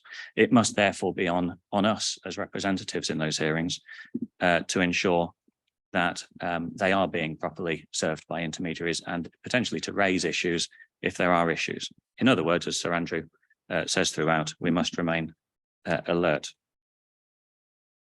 There are some sources of information. You'll be aware of these, I have no doubt, but the Equal Treatment Bench Book offers significant guidance. The Advocates Gateway, I hope everybody is familiar with the Advocates Gateway. It's formally recommended by Practice Direction 3AA in any regard, but is a particularly effective tool to enable us to deal with clients with all sorts of difficulties, not just cognitive, but other difficulties as well. After hearings, he identified the need for judgments to be, if at all possible, in clear language, and that the approach of the judiciary is of the utmost importance. Even in complex judgments, that could be achieved if approached creatively. He was positive about the use in some cases, and cited one on my slide, of providing a summary in addition to the judgment. A summary doesn't have to be a particularly complex or legal document, but was of great assistance to parents in that case who had significant difficulties. Interestingly, he identifies other documents, not just judgments, within proceedings that would benefit from rewording with participation in mind, not least of all, and in particular, threshold. We all think of threshold as a uniquely technical document, but he approved in an Oxfordshire case an approach of Judge Vincent, criticism of a local authority drafted threshold, which was in effect entirely inaccessible for the parents to whom it applied. And of course, I know from experience, and I suspect others do as well, that when you approach a 2-hour early final hearing with a client and threshold has not yet been sorted out, that can be an extremely trying circumstance.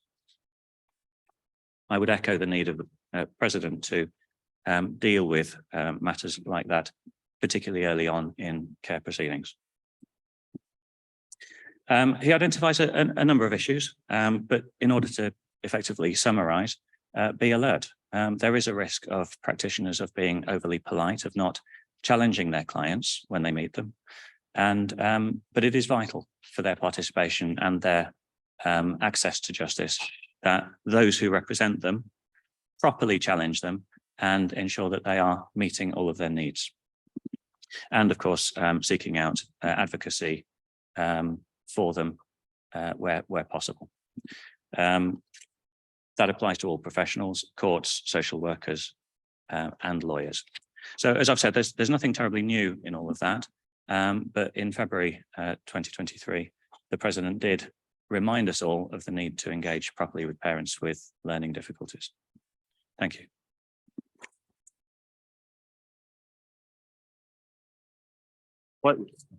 What I should probably say is within the slides, which will be distributed, I'm sure, by Ms. Gold after the after this, there are a number of authorities that have come out over the past year. None of them are terribly groundbreaking.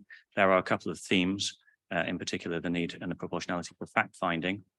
But I won't trouble you with any of those. Feel free to look at those in your own time. Thank you.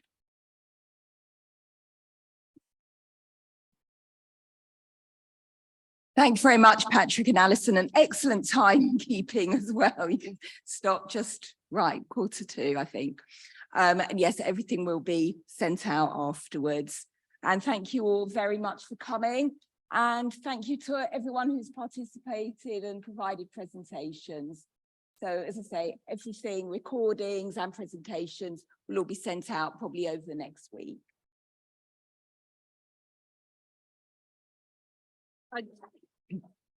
On behalf of all of us, I really want to thank Deborah hugely and everyone else for the work they put in today. She's and Chris and his team doing the IT when we're all struggling with this, but she put so much work into all of this, and I think we're very fortunate that we've had somebody like her over the last few years to do it. So on behalf of all of us, those on the camera, hello, and those still here, thank you very much, Deborah, for all your hard work.